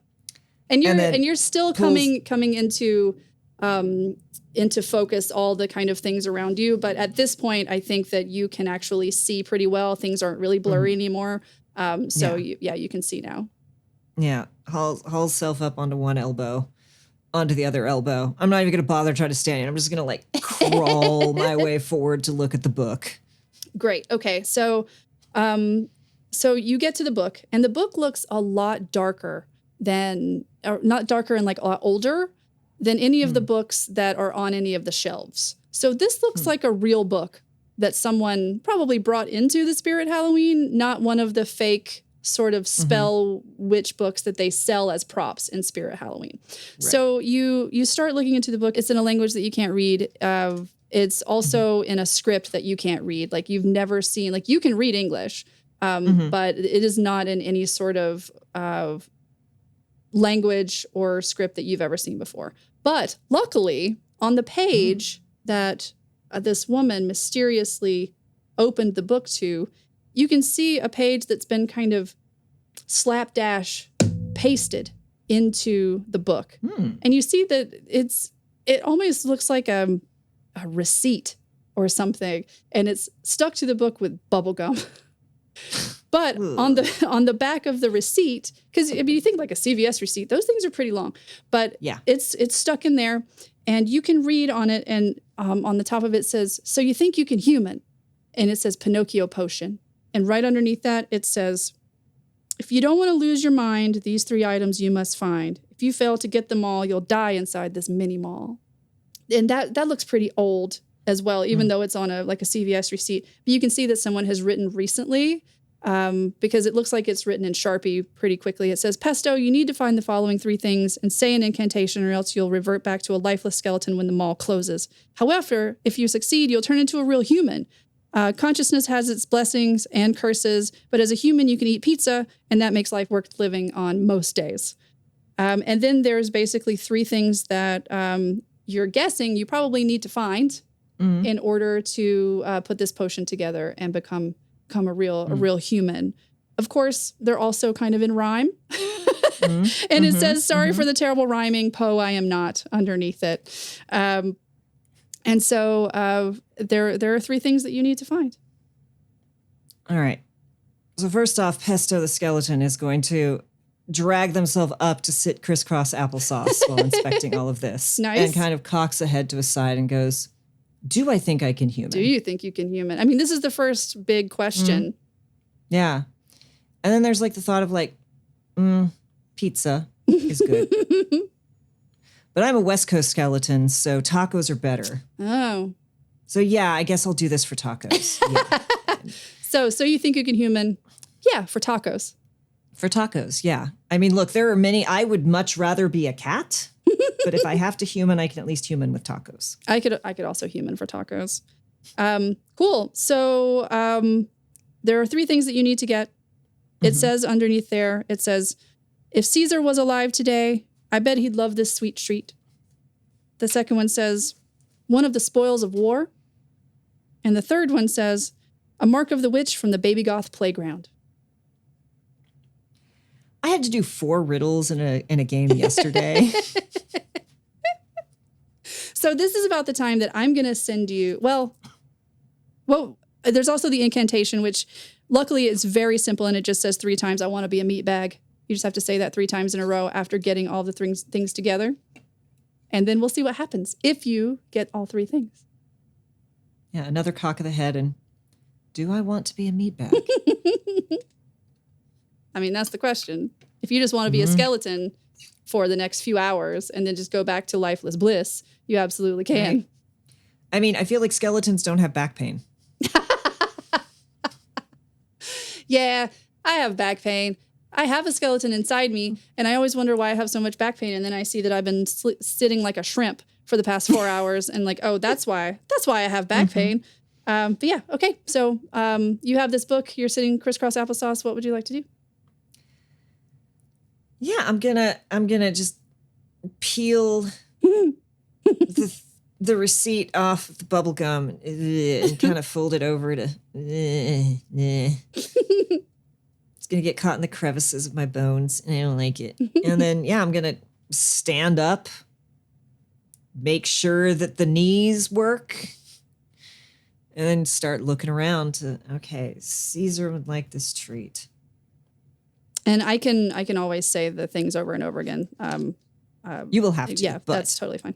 We're starting with Caesar would like this treat. Cool. So you can walk just fine. You can stand up just fine. You have no problems doing that.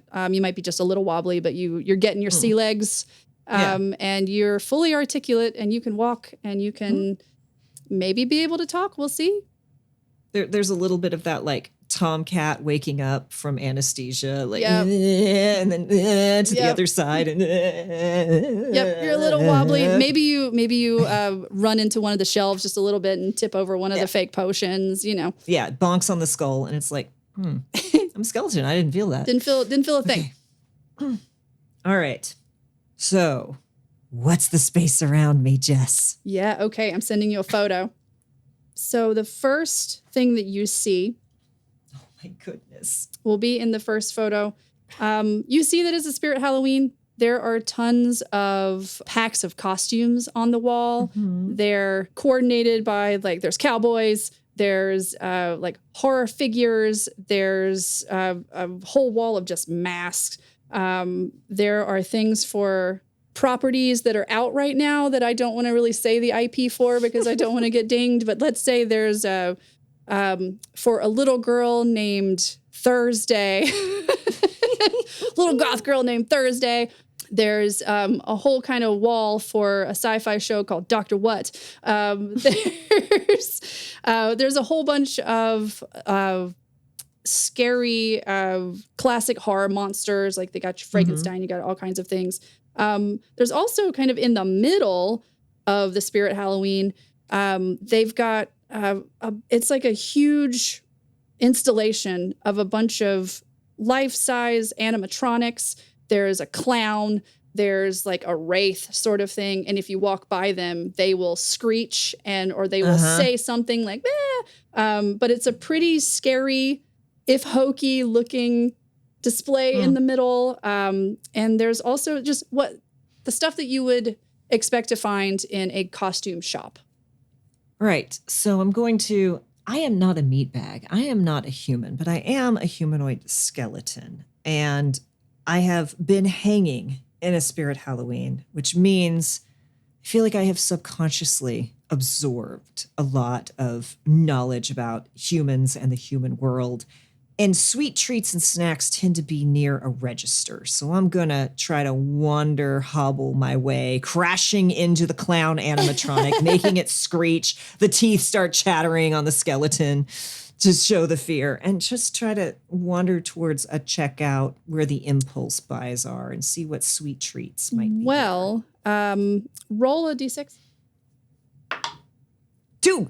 Okay, so you start kind of making your way toward the cash register. You see it at the far end of the room on your left. So you start making your way that way. A few moments later, you hear someone coming. So you can hear someone coming around the corner. You're kind of standing there, coming around the corner. You see a guy, and you've seen him before. Like you feel like you've seen him before. It's the manager of the Spirit Halloween. It's the shift manager. And he's like a late 20s sort of white guy. He is got short red hair. He's a big horror movie fan because he's wearing a Chucky t-shirt and some jeans. And so he kind of comes around and he sees you. He doesn't see you moving, but he sees you. And he was like, oh, interesting. Okay. And so he actually grabs you and moves you back to where you originally were, and he hangs you on the wall. Just gonna stay frozen in prop mode. He puts you back on the wall, and because he just guesses that, like someone accidentally left one of the skeletons out, and he just puts you, and he walks away. You see him go around one of the other walls there with a bunch of costumes and things on it. Yeah, I'm just gonna hang until I'm sure he's gone. I'm going to start flailing again. We're going to say that you get off again the same way you did before, because you're not held up by much. It's literally just a flimsy little plastic hook. So you're off again. All right. So I'm going to take a different, instead of following the orange tape that's like, the photos, the maps are just photos of Spirit Halloween stores. It's great. I figure it's much better than me like making the map of the Spirit Halloween. Instead of following the orange tape that normo human customers follow, I'm going to start like weaving between different things and just being prepared. So if someone comes, I could just duck and hide. Well, you make it over. So you kind of go the opposite way of the left because you know that he kind of went back that way. So you go toward the right. And what you actually see is it's not a standalone Spirit Halloween with its own doors. You see there's a huge opening that leads out into the mall. This is an actual mini mall. So if you go toward kind of the actual door, and right outside of the door, there's a big directory, and you can see some like people walking around, but you can tell that it's pretty early in the day. So there's not a whole lot of people walking around. Luckily, since you only have until the end of the workday at the mall, which is around 5 or 6 o'clock, there's not a whole lot of people here. You only see like the mall walkers, the older folks that have come to have exercise in the mall. But you are now kind of on the opposite corner of the cash register, but you can see outside. And I'm going to ask, I remember the Caesar one. Can you read me the other two riddles again? So it says, so if Caesar was alive today, I bet he'd love this sweet treat. Number 2 is one of the spoils of war. And 3 is a mark of the witch from a baby goth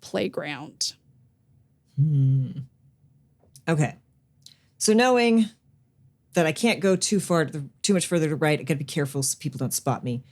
I'm going to look back at this this display that it's like a cemetery, and there's the creepy animatronic clown, and there's the guy with the chainsaw, and I want to squint at that. Are there any baby goths hanging out there? There's not. There is not. This is definitely just a place to get costumes. Okay. Looking around, do I see a section that's clearly aimed for children's costumes? There is a place for children's costumes, but it's things like princesses and stuff that you would have glued onto a onesie, and lots and lots of the mouse. Yeah. Lots and lots of stuff indicative of the mouse that people would want to put their children in. You don't see anything to eat anywhere. There's no sweet treats at all in the spirit. Yeah, Halloween. I'm more looking for a playground. Where would a baby goth do their thing? There's no playground in the spirit Halloween. So yeah, I think gonna kind of see these mall walkers, and I'm gonna spy that directory. I'm gonna be okay, look around. I want to try and find a Grim Reaper cowl. Yeah. Thing. In the spirit Halloween, that's very easy to do. Can you roll a d6? Yeah. This dice is staying. Is it a 6? It's another 6. Nice. Okay, so you easily find the Grim Reaper-ish, the Scream movie sort of section with some Grim Reaper stuff. You easily find that, and you can find whatever you are looking for in that section. And you don't see the manager at all. You don't hear him. Good. Okay.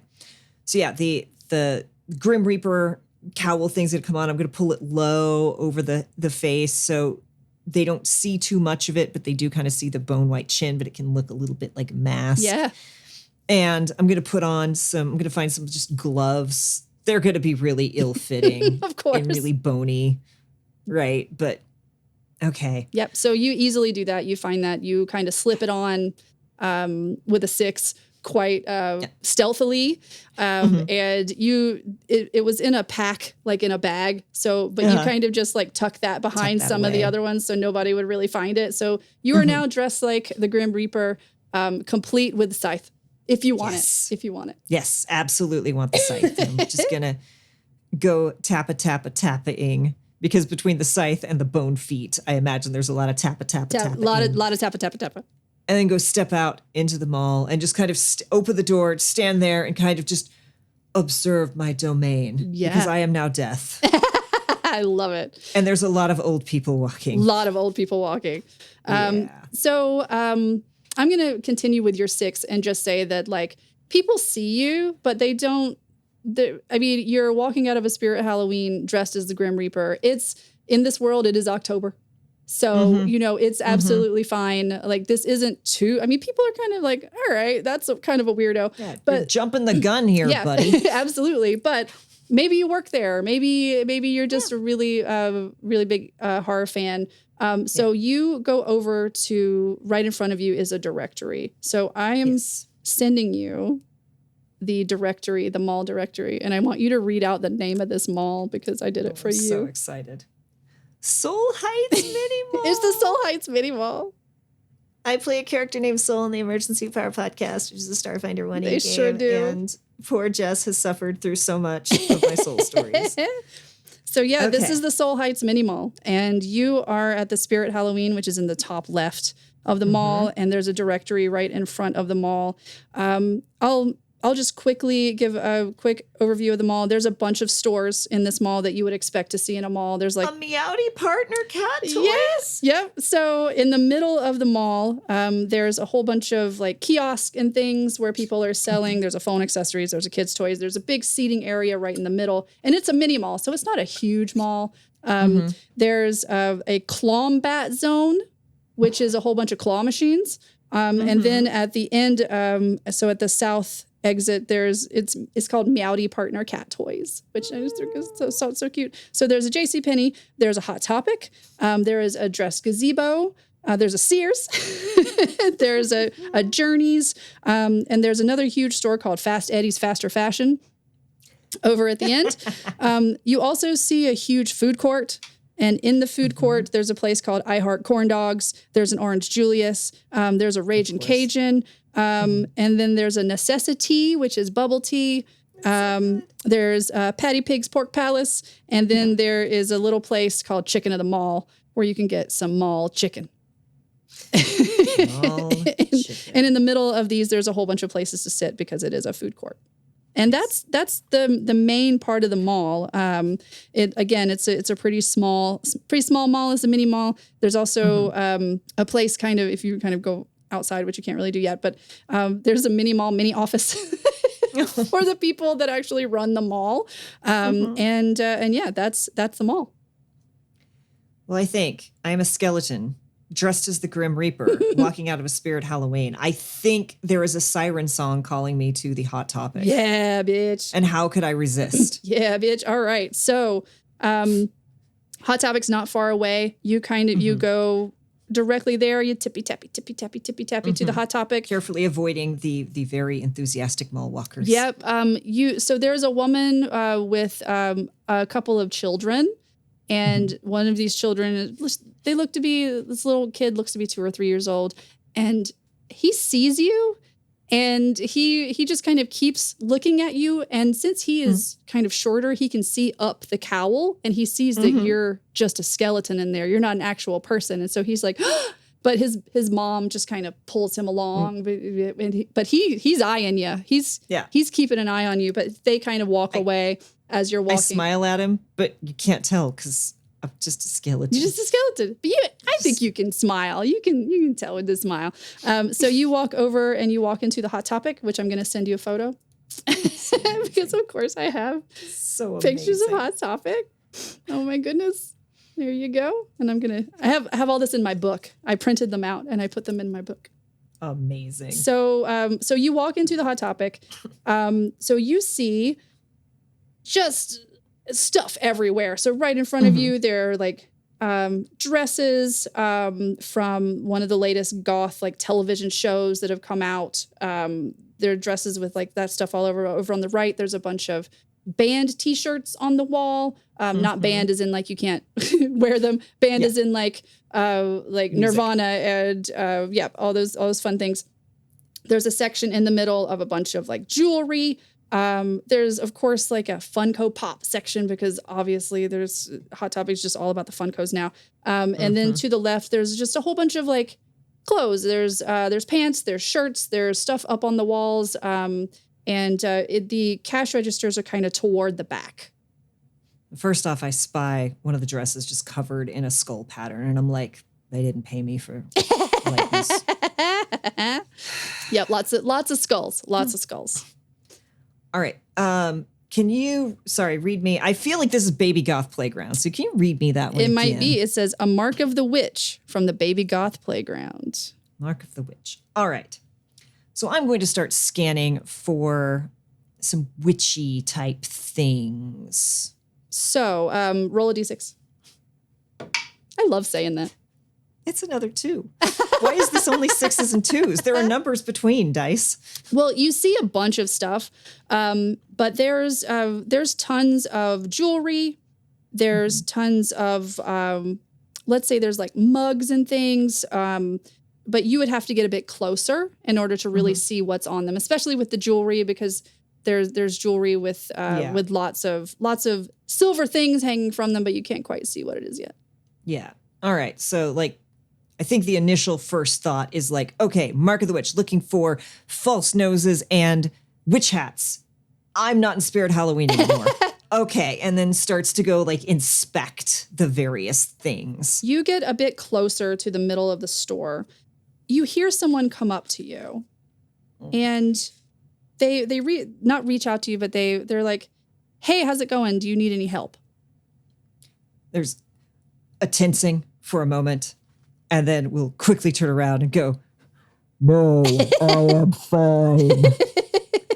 Okay, so you just kind of turn away from them, so you don't really see what they look like yet, but you just kind of hear them be like, all right, dude, so just let me know if you need something. Yes, thank you. All right, so they roll a d6 for me. There's like, didn't know my voice was like that. Shit. That's a 1. Okay, so this person, luckily they work in a Hot Topic, and they work retail, and I've worked retail before, so I can say this: they don't really care. They don't really care, but they are going to keep an eye on you because they realize something is off. I'm suspicious AF. Just a little bit off. Like you don't see them yet, but you can tell that they're probably hovering more than they would if you were kind of a weird little guy. And then it's the thought of like, oh no, a human is watching me. I don't think I have money. I'm going to start patting my robe. You unfortunately don't have any money. So, but they're not stopping you from going anywhere. So you go kind of in the middle, and the middle is where all the jewelry is. And so you see a bunch of chains and chokers, and they have a bunch of different sort of gothy stuff on it. There's spikes, there's pentagrams, there's lots of, sometimes, you know how Hot Topic has really cutesy things. Like there's lots of super cutesy, like pink and purple and like bubblegum looking like butterfly things. But it's mostly like you see lots of pentagrams, you see lots of bats and just black long earrings, lots of chains, lots of things like that. But yeah. So that's what you see over in the jewelry section. You see stuff like that for every part of your body. Like there's hats, there's chokers, there's necklaces, there's all kinds of stuff. Yes, I'm gonna kind of start poking at some of these things and look thoughtful, and then assuming that I'm being followed by this thing, I'm just going to, still not facing them, go, I'm looking for the mark of the witch. Okay, so the person comes close enough to you now so you can actually see them, and you can kind of see them out of the corner of your eye. And you see that it's a kind of mid-30s, sort of, they're about like 5'9" or so, a black masculine looking person with really short hair. They're wearing a fitted button-up sort of skater shirt because this has come back now. It has. Yeah. And they're wearing Jinko type jeans, which I had to put into this because Jinko is now back and I cannot believe it. And I looked at how much they cost and they're $300 now. So you can't actually see their shoes underneath the Jinkos, but you bet they're probably pretty cool shoes, honestly. And they seem quite nice and quite helpful. But and they're like, Mark of the Witch. I mean, like, what kind of witch? You mean like a wicked witch, or you mean like you want to be like Glinda? Because she's pretty nice. I think she wears a bunch of pink. Or do you want like do you want to just be all black, or do you want, what do you want? There's like a pause and a thought. What is the cultural zeitgeist at this moment? So he says, well, I mean, we got these pentagrams. I mean, that's pretty witchy, right? Like, so he motions to, there's a bunch of necklaces and earrings with like pentacles on them. Like there's different things. There's pentacle chokers. There's pentacle. He was like, this is kind of the mark of a witch. Yeah. There's a thoughtful and then a nod, and I'll just take one and then look at it thoughtfully. And then, corner of the eye, look at this guy and look at it. You would not trade this for a scythe, would you? He's like, no, I can probably get one of those scythes at Spirit Halloween. No, this one is special. He looks at you and, they look at you and they're like, hey, are you okay? I am a little gaunt. To say the least. And he was just like, okay. They kind of walk slowly. So hold on. All right. Yeah. They just kind of walk away slowly, kind of backing up a little bit. And they kind of go a little bit out of sight. So you get the impression that they're just kind of like, I don't get paid enough to deal with this. Yes, that's absolutely fair. Yeah. All right. So while they've gone out of sight, I'm not even human yet, and I'm already being a bad person. I'm just going to tear off carefully, like tear the little tag free. And I'm going to throw the pentagram and chain into my mouth and try to get it to catch on one of my ribs. Oh, roll a d6. Come on. It's a 3. Okay. So you don't think anyone heard you. Mm-hmm. So you successfully get the little thing off so that it doesn't beep when you leave. Mm-hmm. And you go to throw it in your mouth. It doesn't get caught. It kind of goes through and kind of clinks a little bit on the floor. Like you could hear it, but no one heard you. You don't think. Mm-hmm. Is it like a necklace or is it like earrings? Yeah, I think it's like a necklace with like a longer chain and with the pentagram on it. Yeah. So you can kind of hear it kind of clinkle on the floor, but you don't think you've been spotted. Yeah. Okay. Just quickly reach down, grab it again, and then try to like go inside the hood of the robe and just like hook it on a rib. So it's just like, one of the little ones kind of lower down where it's, so it's just kind of hanging on the inside of my body cavity. We're saying that you're able to do that like easily because it's like underneath the robe anyway. So you just kind of hang it on one of your ribs. You make sure that you kind of tug on it a little bit to make sure it's not just going to fall off. And and then I kind of push the little paper tag underneath the the table skirt. You just kind of tippy tappy, boop, boop, boop, boop, and it's out of sight. Yep. And yes, I will straighten up, tap my little scythe, and I need to consult my child about what this mark of the witch is. I thank you. I will be back. And then just go. Yeah, you don't even see the associate anymore. You just kind of hear. I'm just talking loudly. Yeah, you just kind of hear. All right, then have a good day. And they're just happy that you're leaving. Definitely not you're paid gone. enough for this. You're just that person rolled a 1 on whether they heard you. Was just like, yeah. I know we don't usually say, but I was just like, oh, okay, yeah. They're just gonna walk away. It's always fun to tell someone when there's a crit. Yeah, because that person rolled a 1, so you're fine.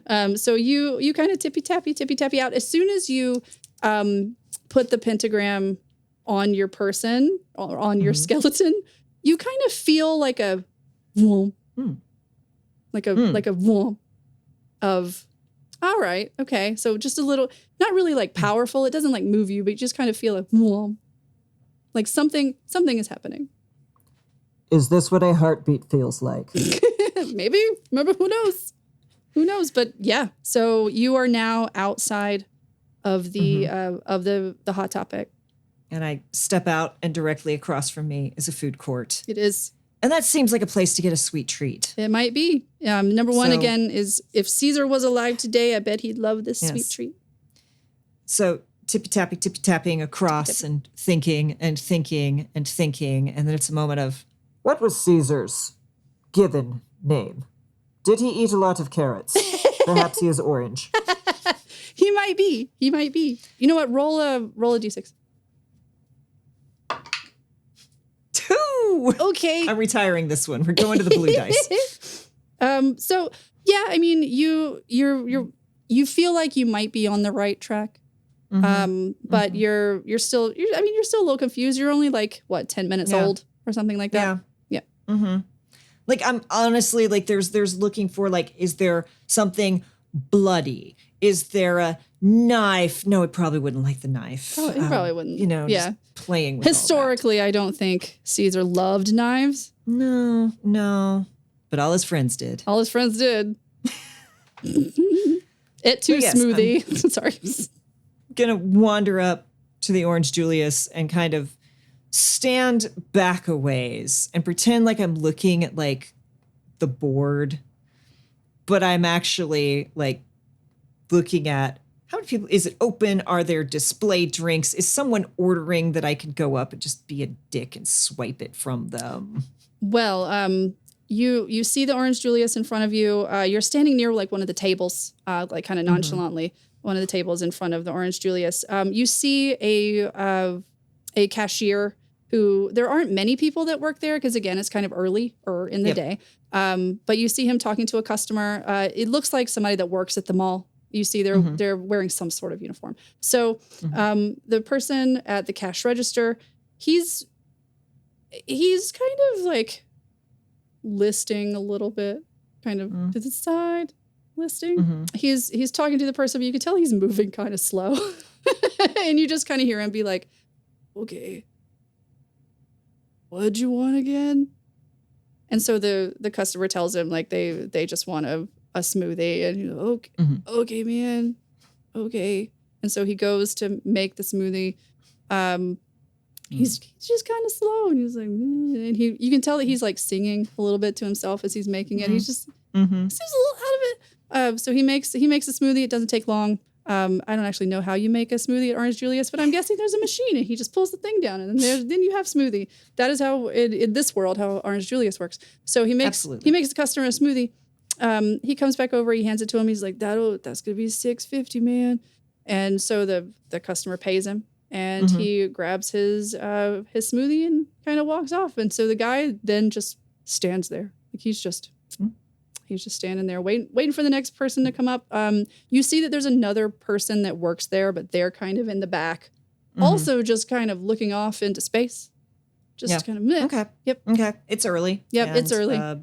Probably high. So, it's the thought of Perhaps gullible. I will step up, tappa the scythe to look impressive. Hey, man. You can tell that this guy has a name tag on it. It says Frank. And he's like, hey, man, what can I get you? Hey, man. I desire a Julius of the Orange. All right, man. Is that Please. just like, is that a smoothie? You want a smoothie? You want an acai bowl? You just want it to be orange? Whatever is sweet. Ah, man, they're all sweet. But you know what? Let me make you a smoothie. And Okay. it's like, all right. So he goes over and his smoothie machine, he presses the button. And as he's doing the smoothie machine, I'm going to just look real quick. Is there a tip jar on the counter? There is a tip jar on the counter. Is there money in it? There's money in it. There's not a whole lot of money in it because it's early, but there is some money in it, and it is open on the top. It's like a jar. So I think I'm going to discreetly but quickly pluck, pluck, pluck, pluck the 5 little fingers off because I can't imagine I don't have nerve endings. So how can I have really good dexterity, especially through gloves?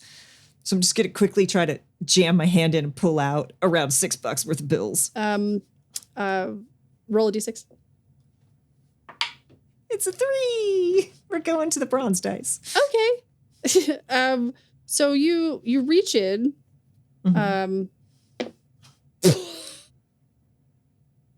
Okay. You reach in. Maybe I should use this dice. I'm going to go to a different dice. You reach in and you're able to grab basically all the money that is in there if you want. I want to try to leave a couple in. Okay.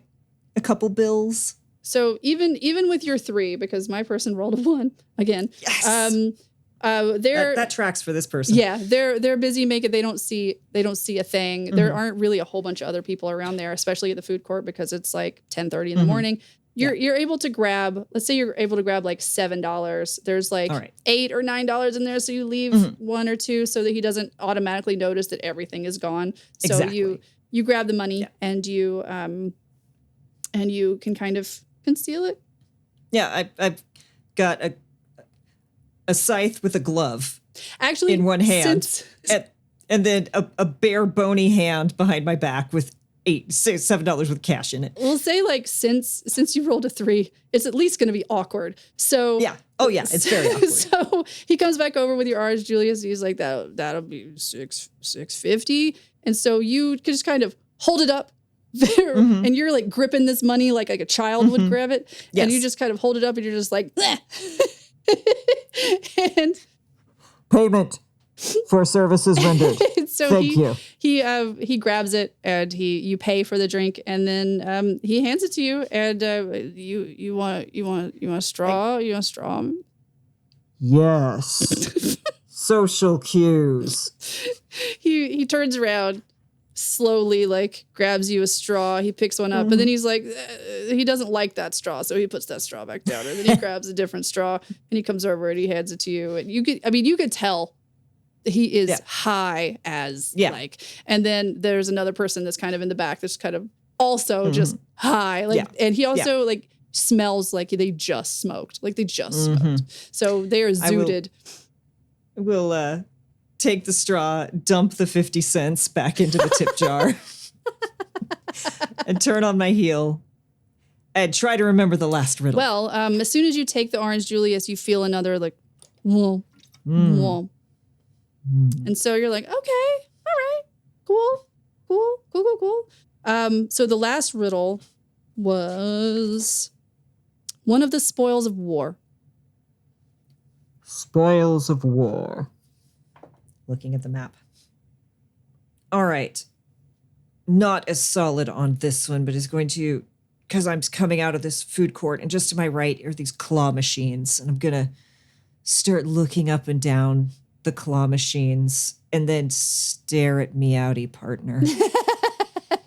Even as a skeleton, you do love cat things, but you look at the claw machines and you notice that the claw machines, there's this, it's a whole section of them, and it is called the Clawmbat Zone. So this is just a huge thing in big sort of faux military letters. It says Clawmbat Zone, and you see a bunch of claw machines kind of back to back, and all kind of lit up. There's various things in the claw machines. Like you can get little things like keychains and little stuffed animals. There's little puff balls that children like for some reason. On the other side, there are like headphones, like sort of heavy duty claw machines, but those cost more to do. So most of the claw machines cost 50 cents. Thanks back to that tip jar. Is going to kind of stop at the edge of the food court, put down the orange Julius, put the glove back on, put the straw into the drink, and then just hold it to my face. So it looks like I'm drinking it, so I'm less conspicuous. I'm going to just go up and kind of look up and down kind of the cheaper ones. I'm going to just go through my brain, or where my brain would be, of all the various pop culture things, and think, yes. I'm going to set the orange Julius on top of the claw machine. And then with all the confidence in the world, I'm going to, with the side of my fist, smack one like a jukebox. Nice. Okay, roll a d6 for me. Come on, dice. Is it a 6 or a 1? It's 1. Oh, no. And your orange Julius is on top. Oh, shit. Okay. Fuck. All right. My hand is right there. Can I try? Well, okay. So, what you don't kind of notice, is that the top is just slightly sloped. So when you smack it, your orange Julius on the top starts to slide, and we'll see if you can stop it from falling off. So roll a d6. We're back to the blue dice because the bronze dice is in jail. That's a 3. Okay. So the orange Julius. I don't need all of it, right? I just need some of it. The orange Julius starts to fall, and you go to catch it, and the top comes off. And you see in horror as most of it falls onto the floor. It in like a squelchy sort of. You're able to grab the cup, and there's like you were able to right the cup enough that there's like this much left inside, like this much. For those listening at home, there's the fingers are like an inch apart. Yeah, it's like a really small amount, but you are able to catch just a tiniest amount, like in the cup. But the top is gone. Most of it is on the ground, and some of it has splashed up onto your tippy tappies. I am but a skeleton, but I look around to see how badly my pride is wounded if anyone saw that. Well, funny you should say that, because you start seeing coming around the corner outside of the food court, because you're like closer to like the south entrance or exit now. There is a mall cop on a little Segway. Moped. Yep, on like the little Segway, and you see that he's kind of doing his rounds. But he sees you, and he sees that you just spilled stuff all over the floor. And he just kind of comes over and he stops, and he's just like, hey, I see you had a bit of an accident. He didn't, luckily, because his role was not wonderful either, we should say. He has seen that you spilled something. He didn't see you hit the machine, so he's not going to like ask you to not do that. But he does see that you have dropped something, and he's just like, hey, like, you all right there? Like, Yes, Butterfingers. I will clean it up. And I'm going to kneel down and try to scoop some of it back into the cup because I don't need to drink it. It's so funny to think you scooping it up with your little scaly fingers. Just kind of. I got gloves, which looks even stranger to the mall cop. He just says, like, you know, I bet if you go back over there, Frank would give you another one. I mean, you lost most of your thing. Most of your drink. So, I mean, he might give you another one. Who knows? He seems to be having a pretty good day. I hate to be a bother, but thank you for the advice. No problem, dude. Let me call janitors over so no one else slips on this. And you kind of see him with his little Segway, and he just kind of he looks very excited that something happened. Yes. In the mall. So he just starts zooming off, and he was like, yeah, we'll be back. So before I go take even more money that I have already stolen from these poor people, so I'm gonna keep the orange julius in hand. I'm gonna lean the scythe against the thing, and I'm gonna go dig through the cushions in the seating area. Ooh, okay. So you just like tippy tappy over, just right over to the seating area. There's a huge seating area right in the middle of the mall, and it's kind of in a circular thing with circular formation. So they're all couches, and they're all cushions. It's kind of like this kind of cheap leatherette feeling sort of thing. But there's definitely places that stuff could get stuck down into these. And it's not a full round banquette. There's places to walk in between them. And there's two people sitting on one couch. That are, it looks like folks that are just kind of like a little bit tired, waiting for people to get out of stores. So yeah. Yes, I am a little self-conscious. So I'm going to just sit down on one, not directly across these people, and then start doing the hand between the cushion and try to feel for some change. Roll a d6. Let's see what you get. That's a 5. Oh, okay. So, in the spot behind you. It's a new number. I also haven't gotten a 5. I've gotten a couple of 1s, a 2, and like 1 6.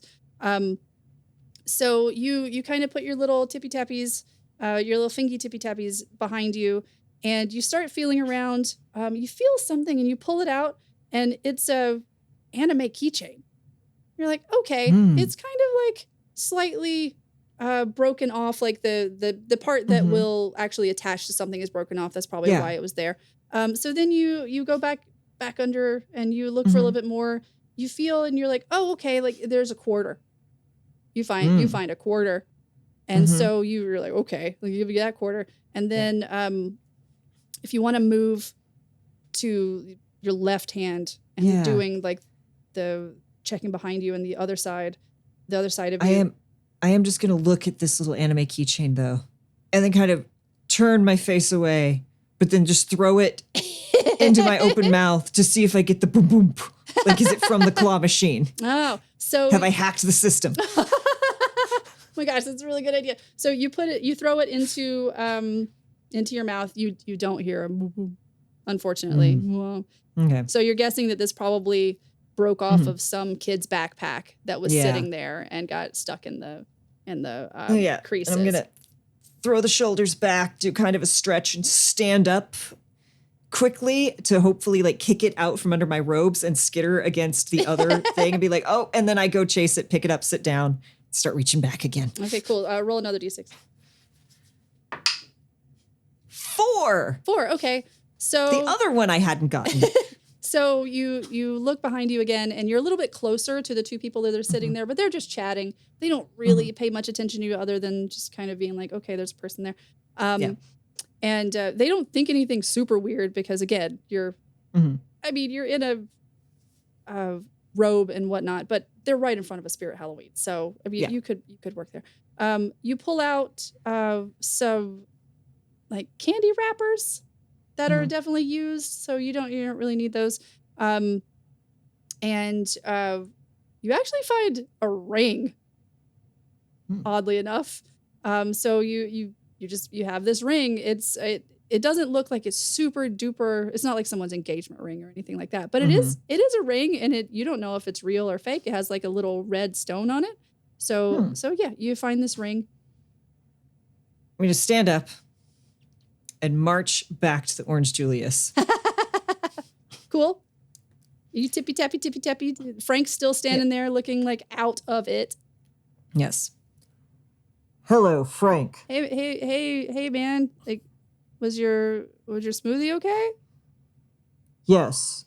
Could I interest you in a trade? And we'll shove the ring towards him. I don't think I'm really supposed to do that.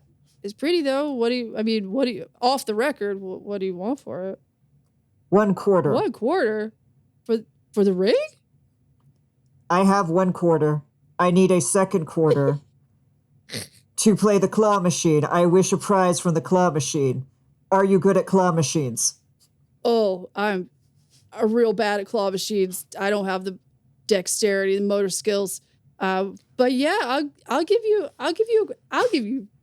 2 quarters for this. Could I have 3?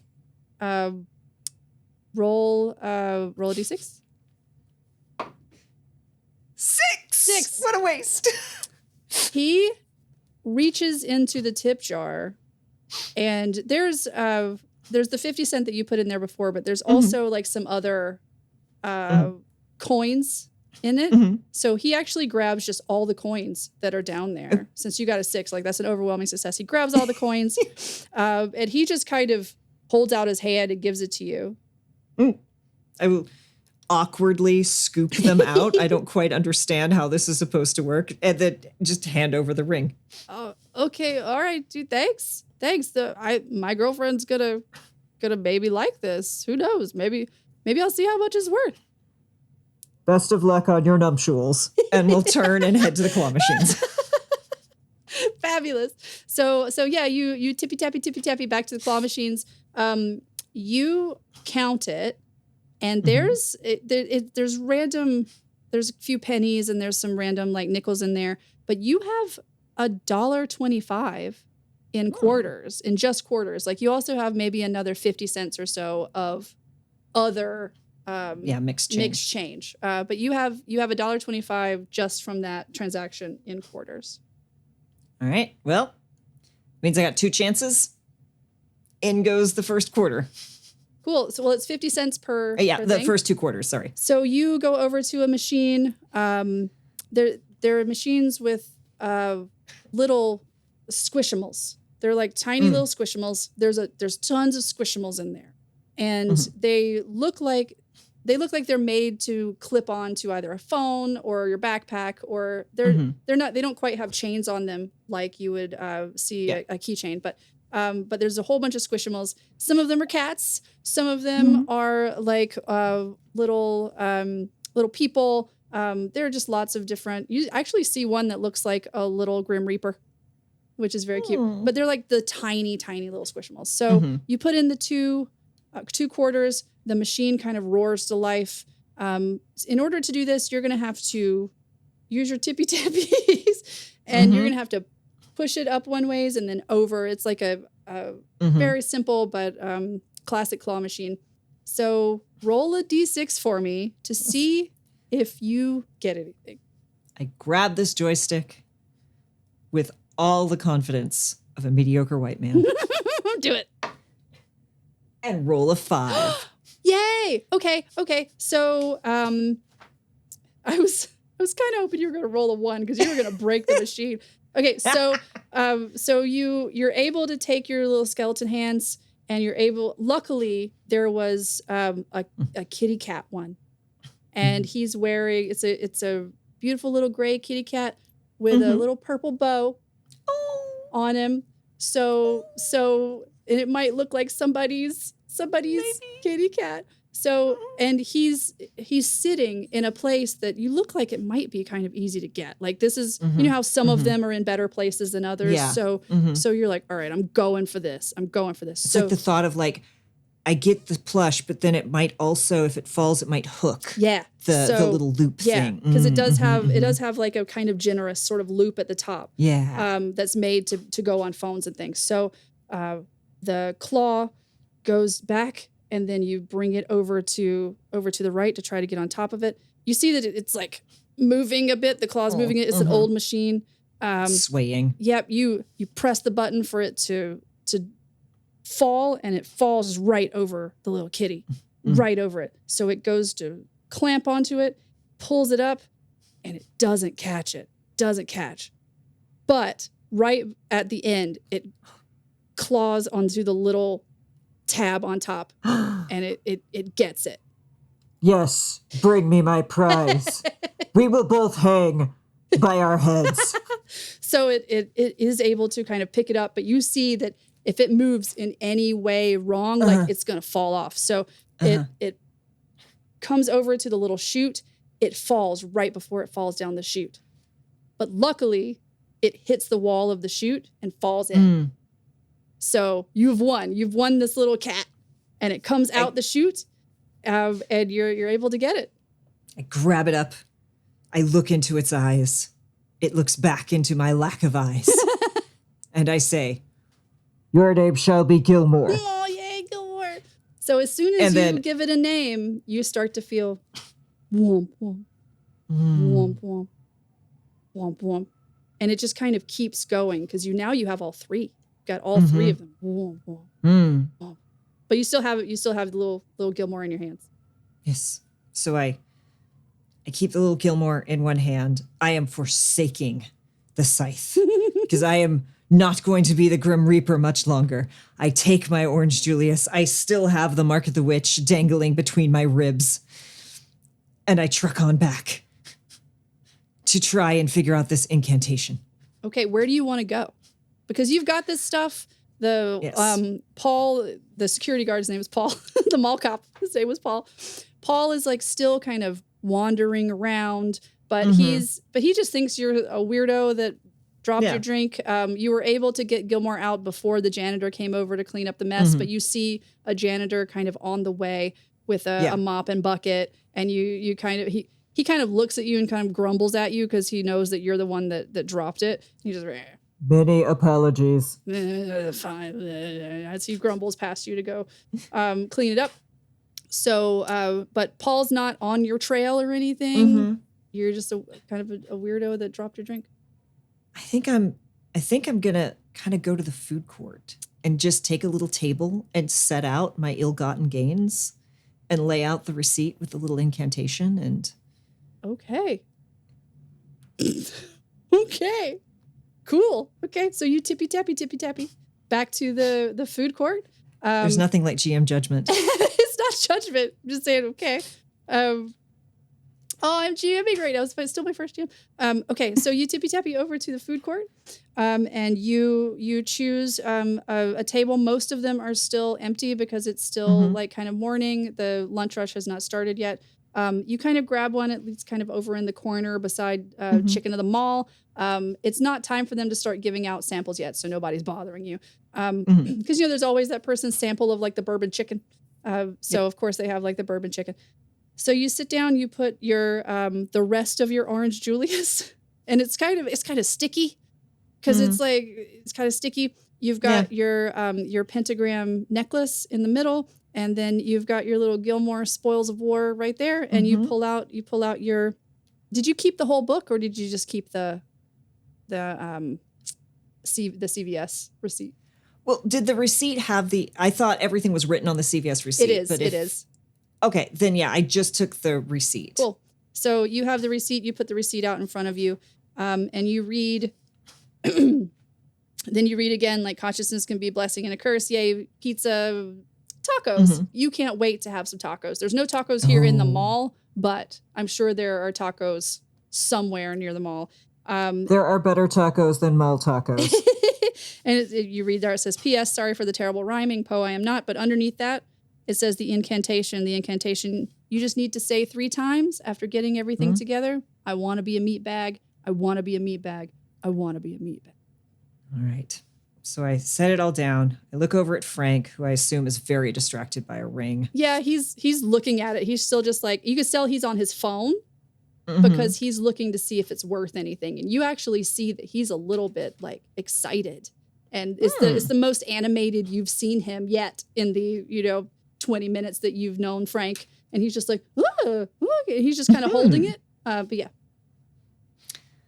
All right. Then I'm going to look at it and I'm going to like sit for quite a while and just ask myself, do I want to be a meatbag? I mean, that's the question. Mm-hmm. Because now you can, or you can just stay. Well, you can be a skeleton for a little longer. Yeah. And I think that's kind of the thing that pushes it over is it's like, I'm not unhappy being a skeleton. But so far, my entire existence as a skeleton has been to try to become a meatbag. And if I become a meatbag, I can once again go back to being a skeleton. Yeah. You'll have a skeleton inside. You will still be a skeleton. You'll just be skeleton plus. Yes. So there's the thought. There's the nod. Deep breath. And then very quickly, I want to be a meatbag. I want to be a meatbag. I want to be a meatbag. So you start feeling warm.